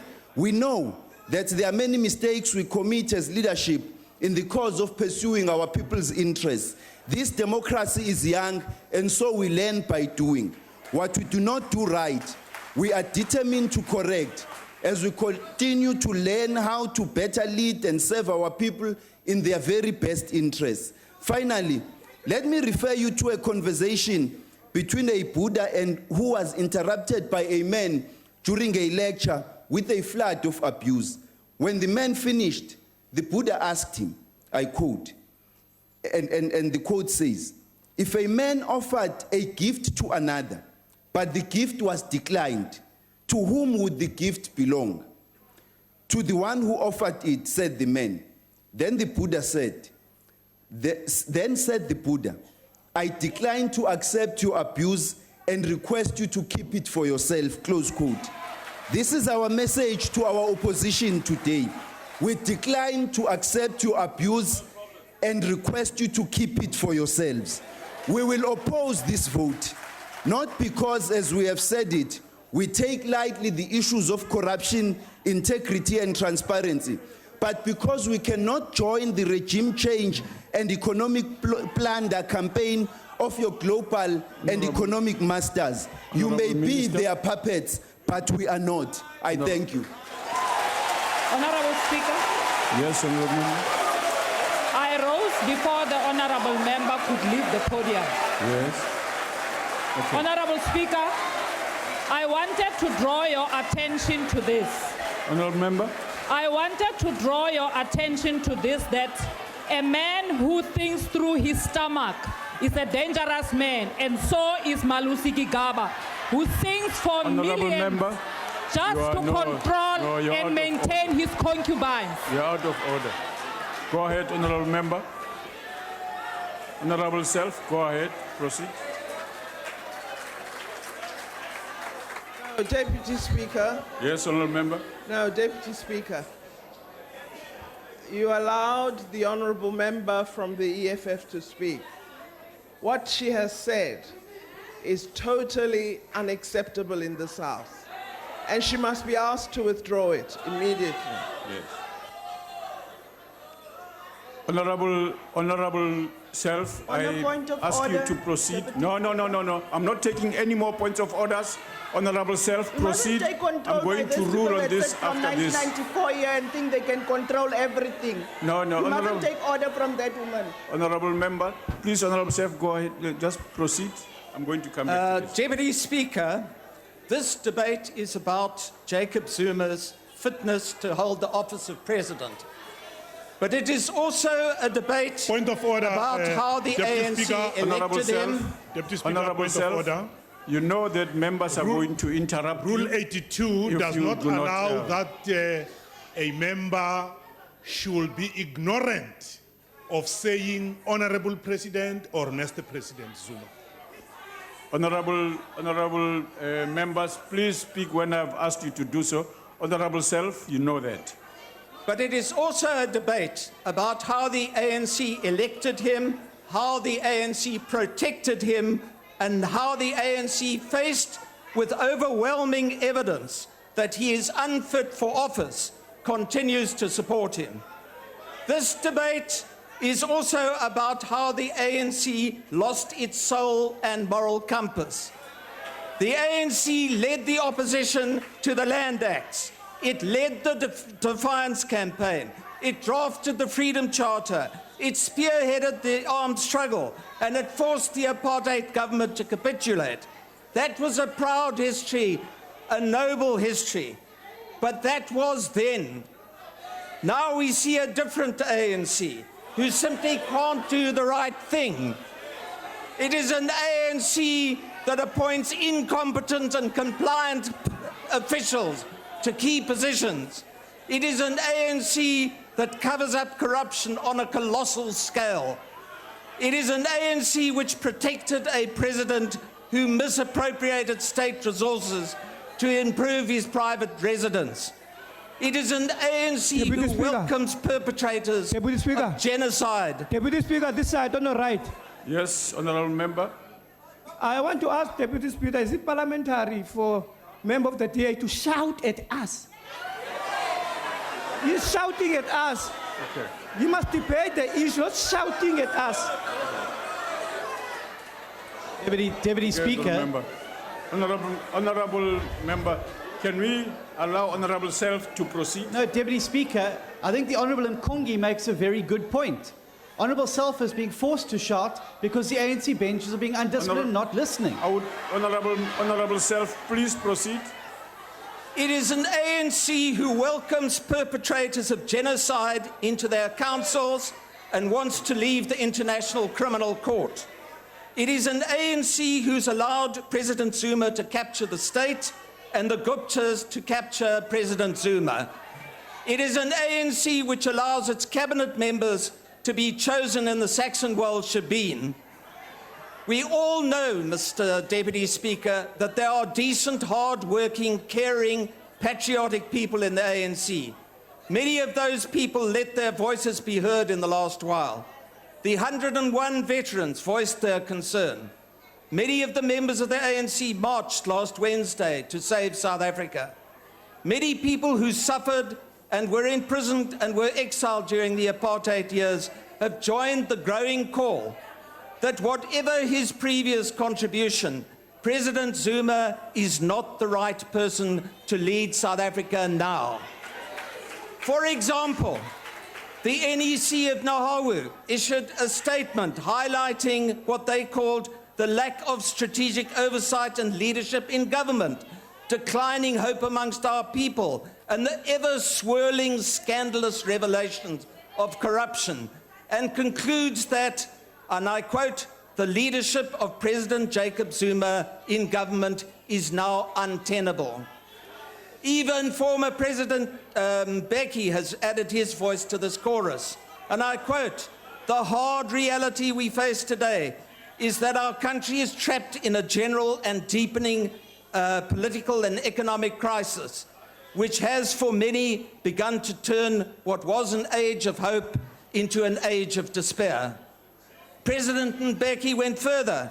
He said that when dealing with the Nkandla report, Parliament had failed in its duty to hold the President to account. His comments are in line with the unanimous judgment of the Constitutional Court. This Parliament failed to uphold the Constitution on that occasion. Ahmed Kathrada wrote, "Today I appeal to our President to submit to the will of the people and resign."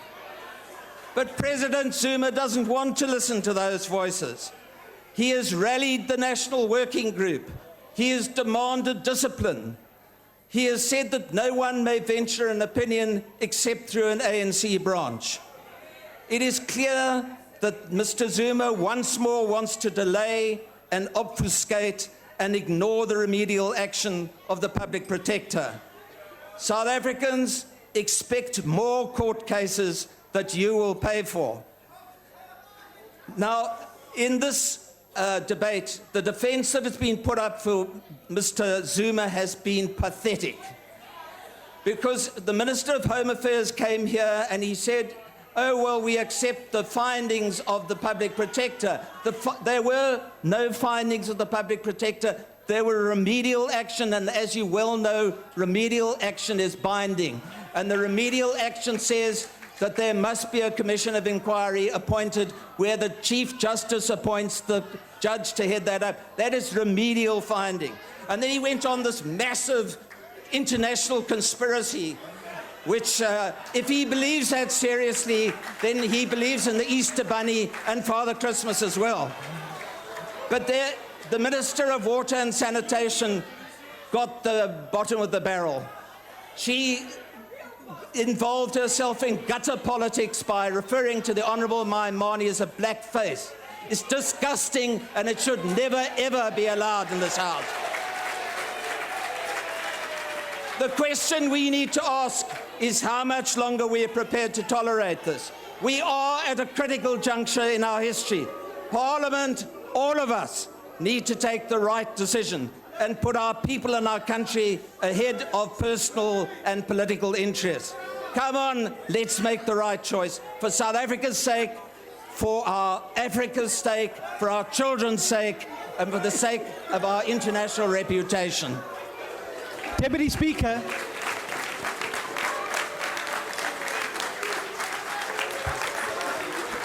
Deputy Speaker. Yes, Honourable Member. Deputy Speaker, I'm not sure what the communication you were sharing with the Honourable Pandor was, but are you really going to let this House descend into a house of booing when members at the podium? No. It is completely unacceptable. No. And if you don't take action, this House is going to be, it's going to descend into a House where those who can boo and scream the loudest are going to hold the day. And that's not what a parliament's all about. No, take a seat. Honourable members. Honourable members, I appeal to all of you here to recognize that all of you want to be heard when you are on the podium. All of you want to be respected when you are on the podium. All of you expect to be treated in the way in which we're asking you to treat all the others. And so we really want to repeat that the discipline, the decorum of the House is in your hands and in the way in which you yourself conduct yourself, all of you here in the House. It is, honorable members, we do find as presiding officers to keep repeating to you the obvious, the blinding glimpses of the obvious, that if you say nasty things to anybody, you invite the same return and we must intervene there. It is completely inappropriate, honorable members, that the manner in which we act sometimes is really unacceptable. Honorable members,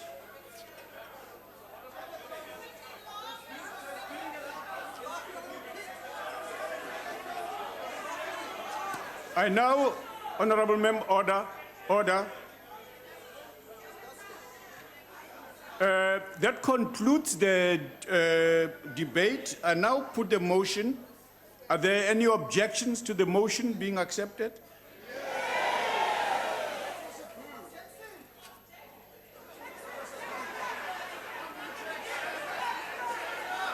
Honorable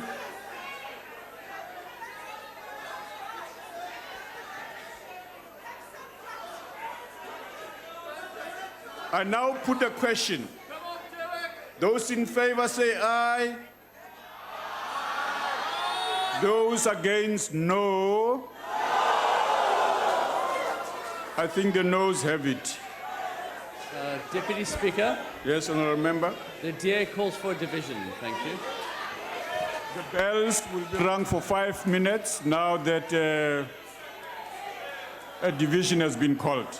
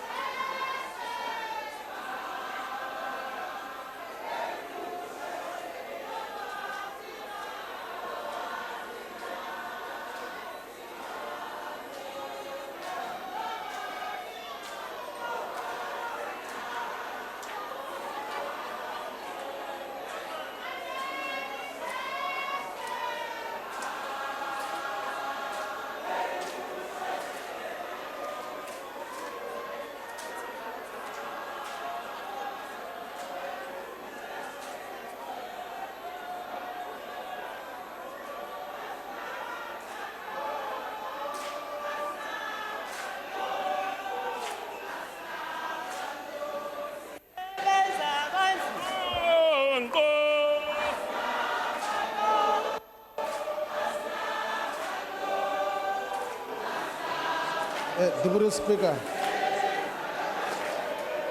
Deputy Speaker. Deputy Speaker. Can you tell them to shut up because we want to start here, please? Can you tell the people who are claiming to be not afraid to shut up, please? We want to start and finish here. We want to remove a person. Please. 5 minutes here to and let's hear again.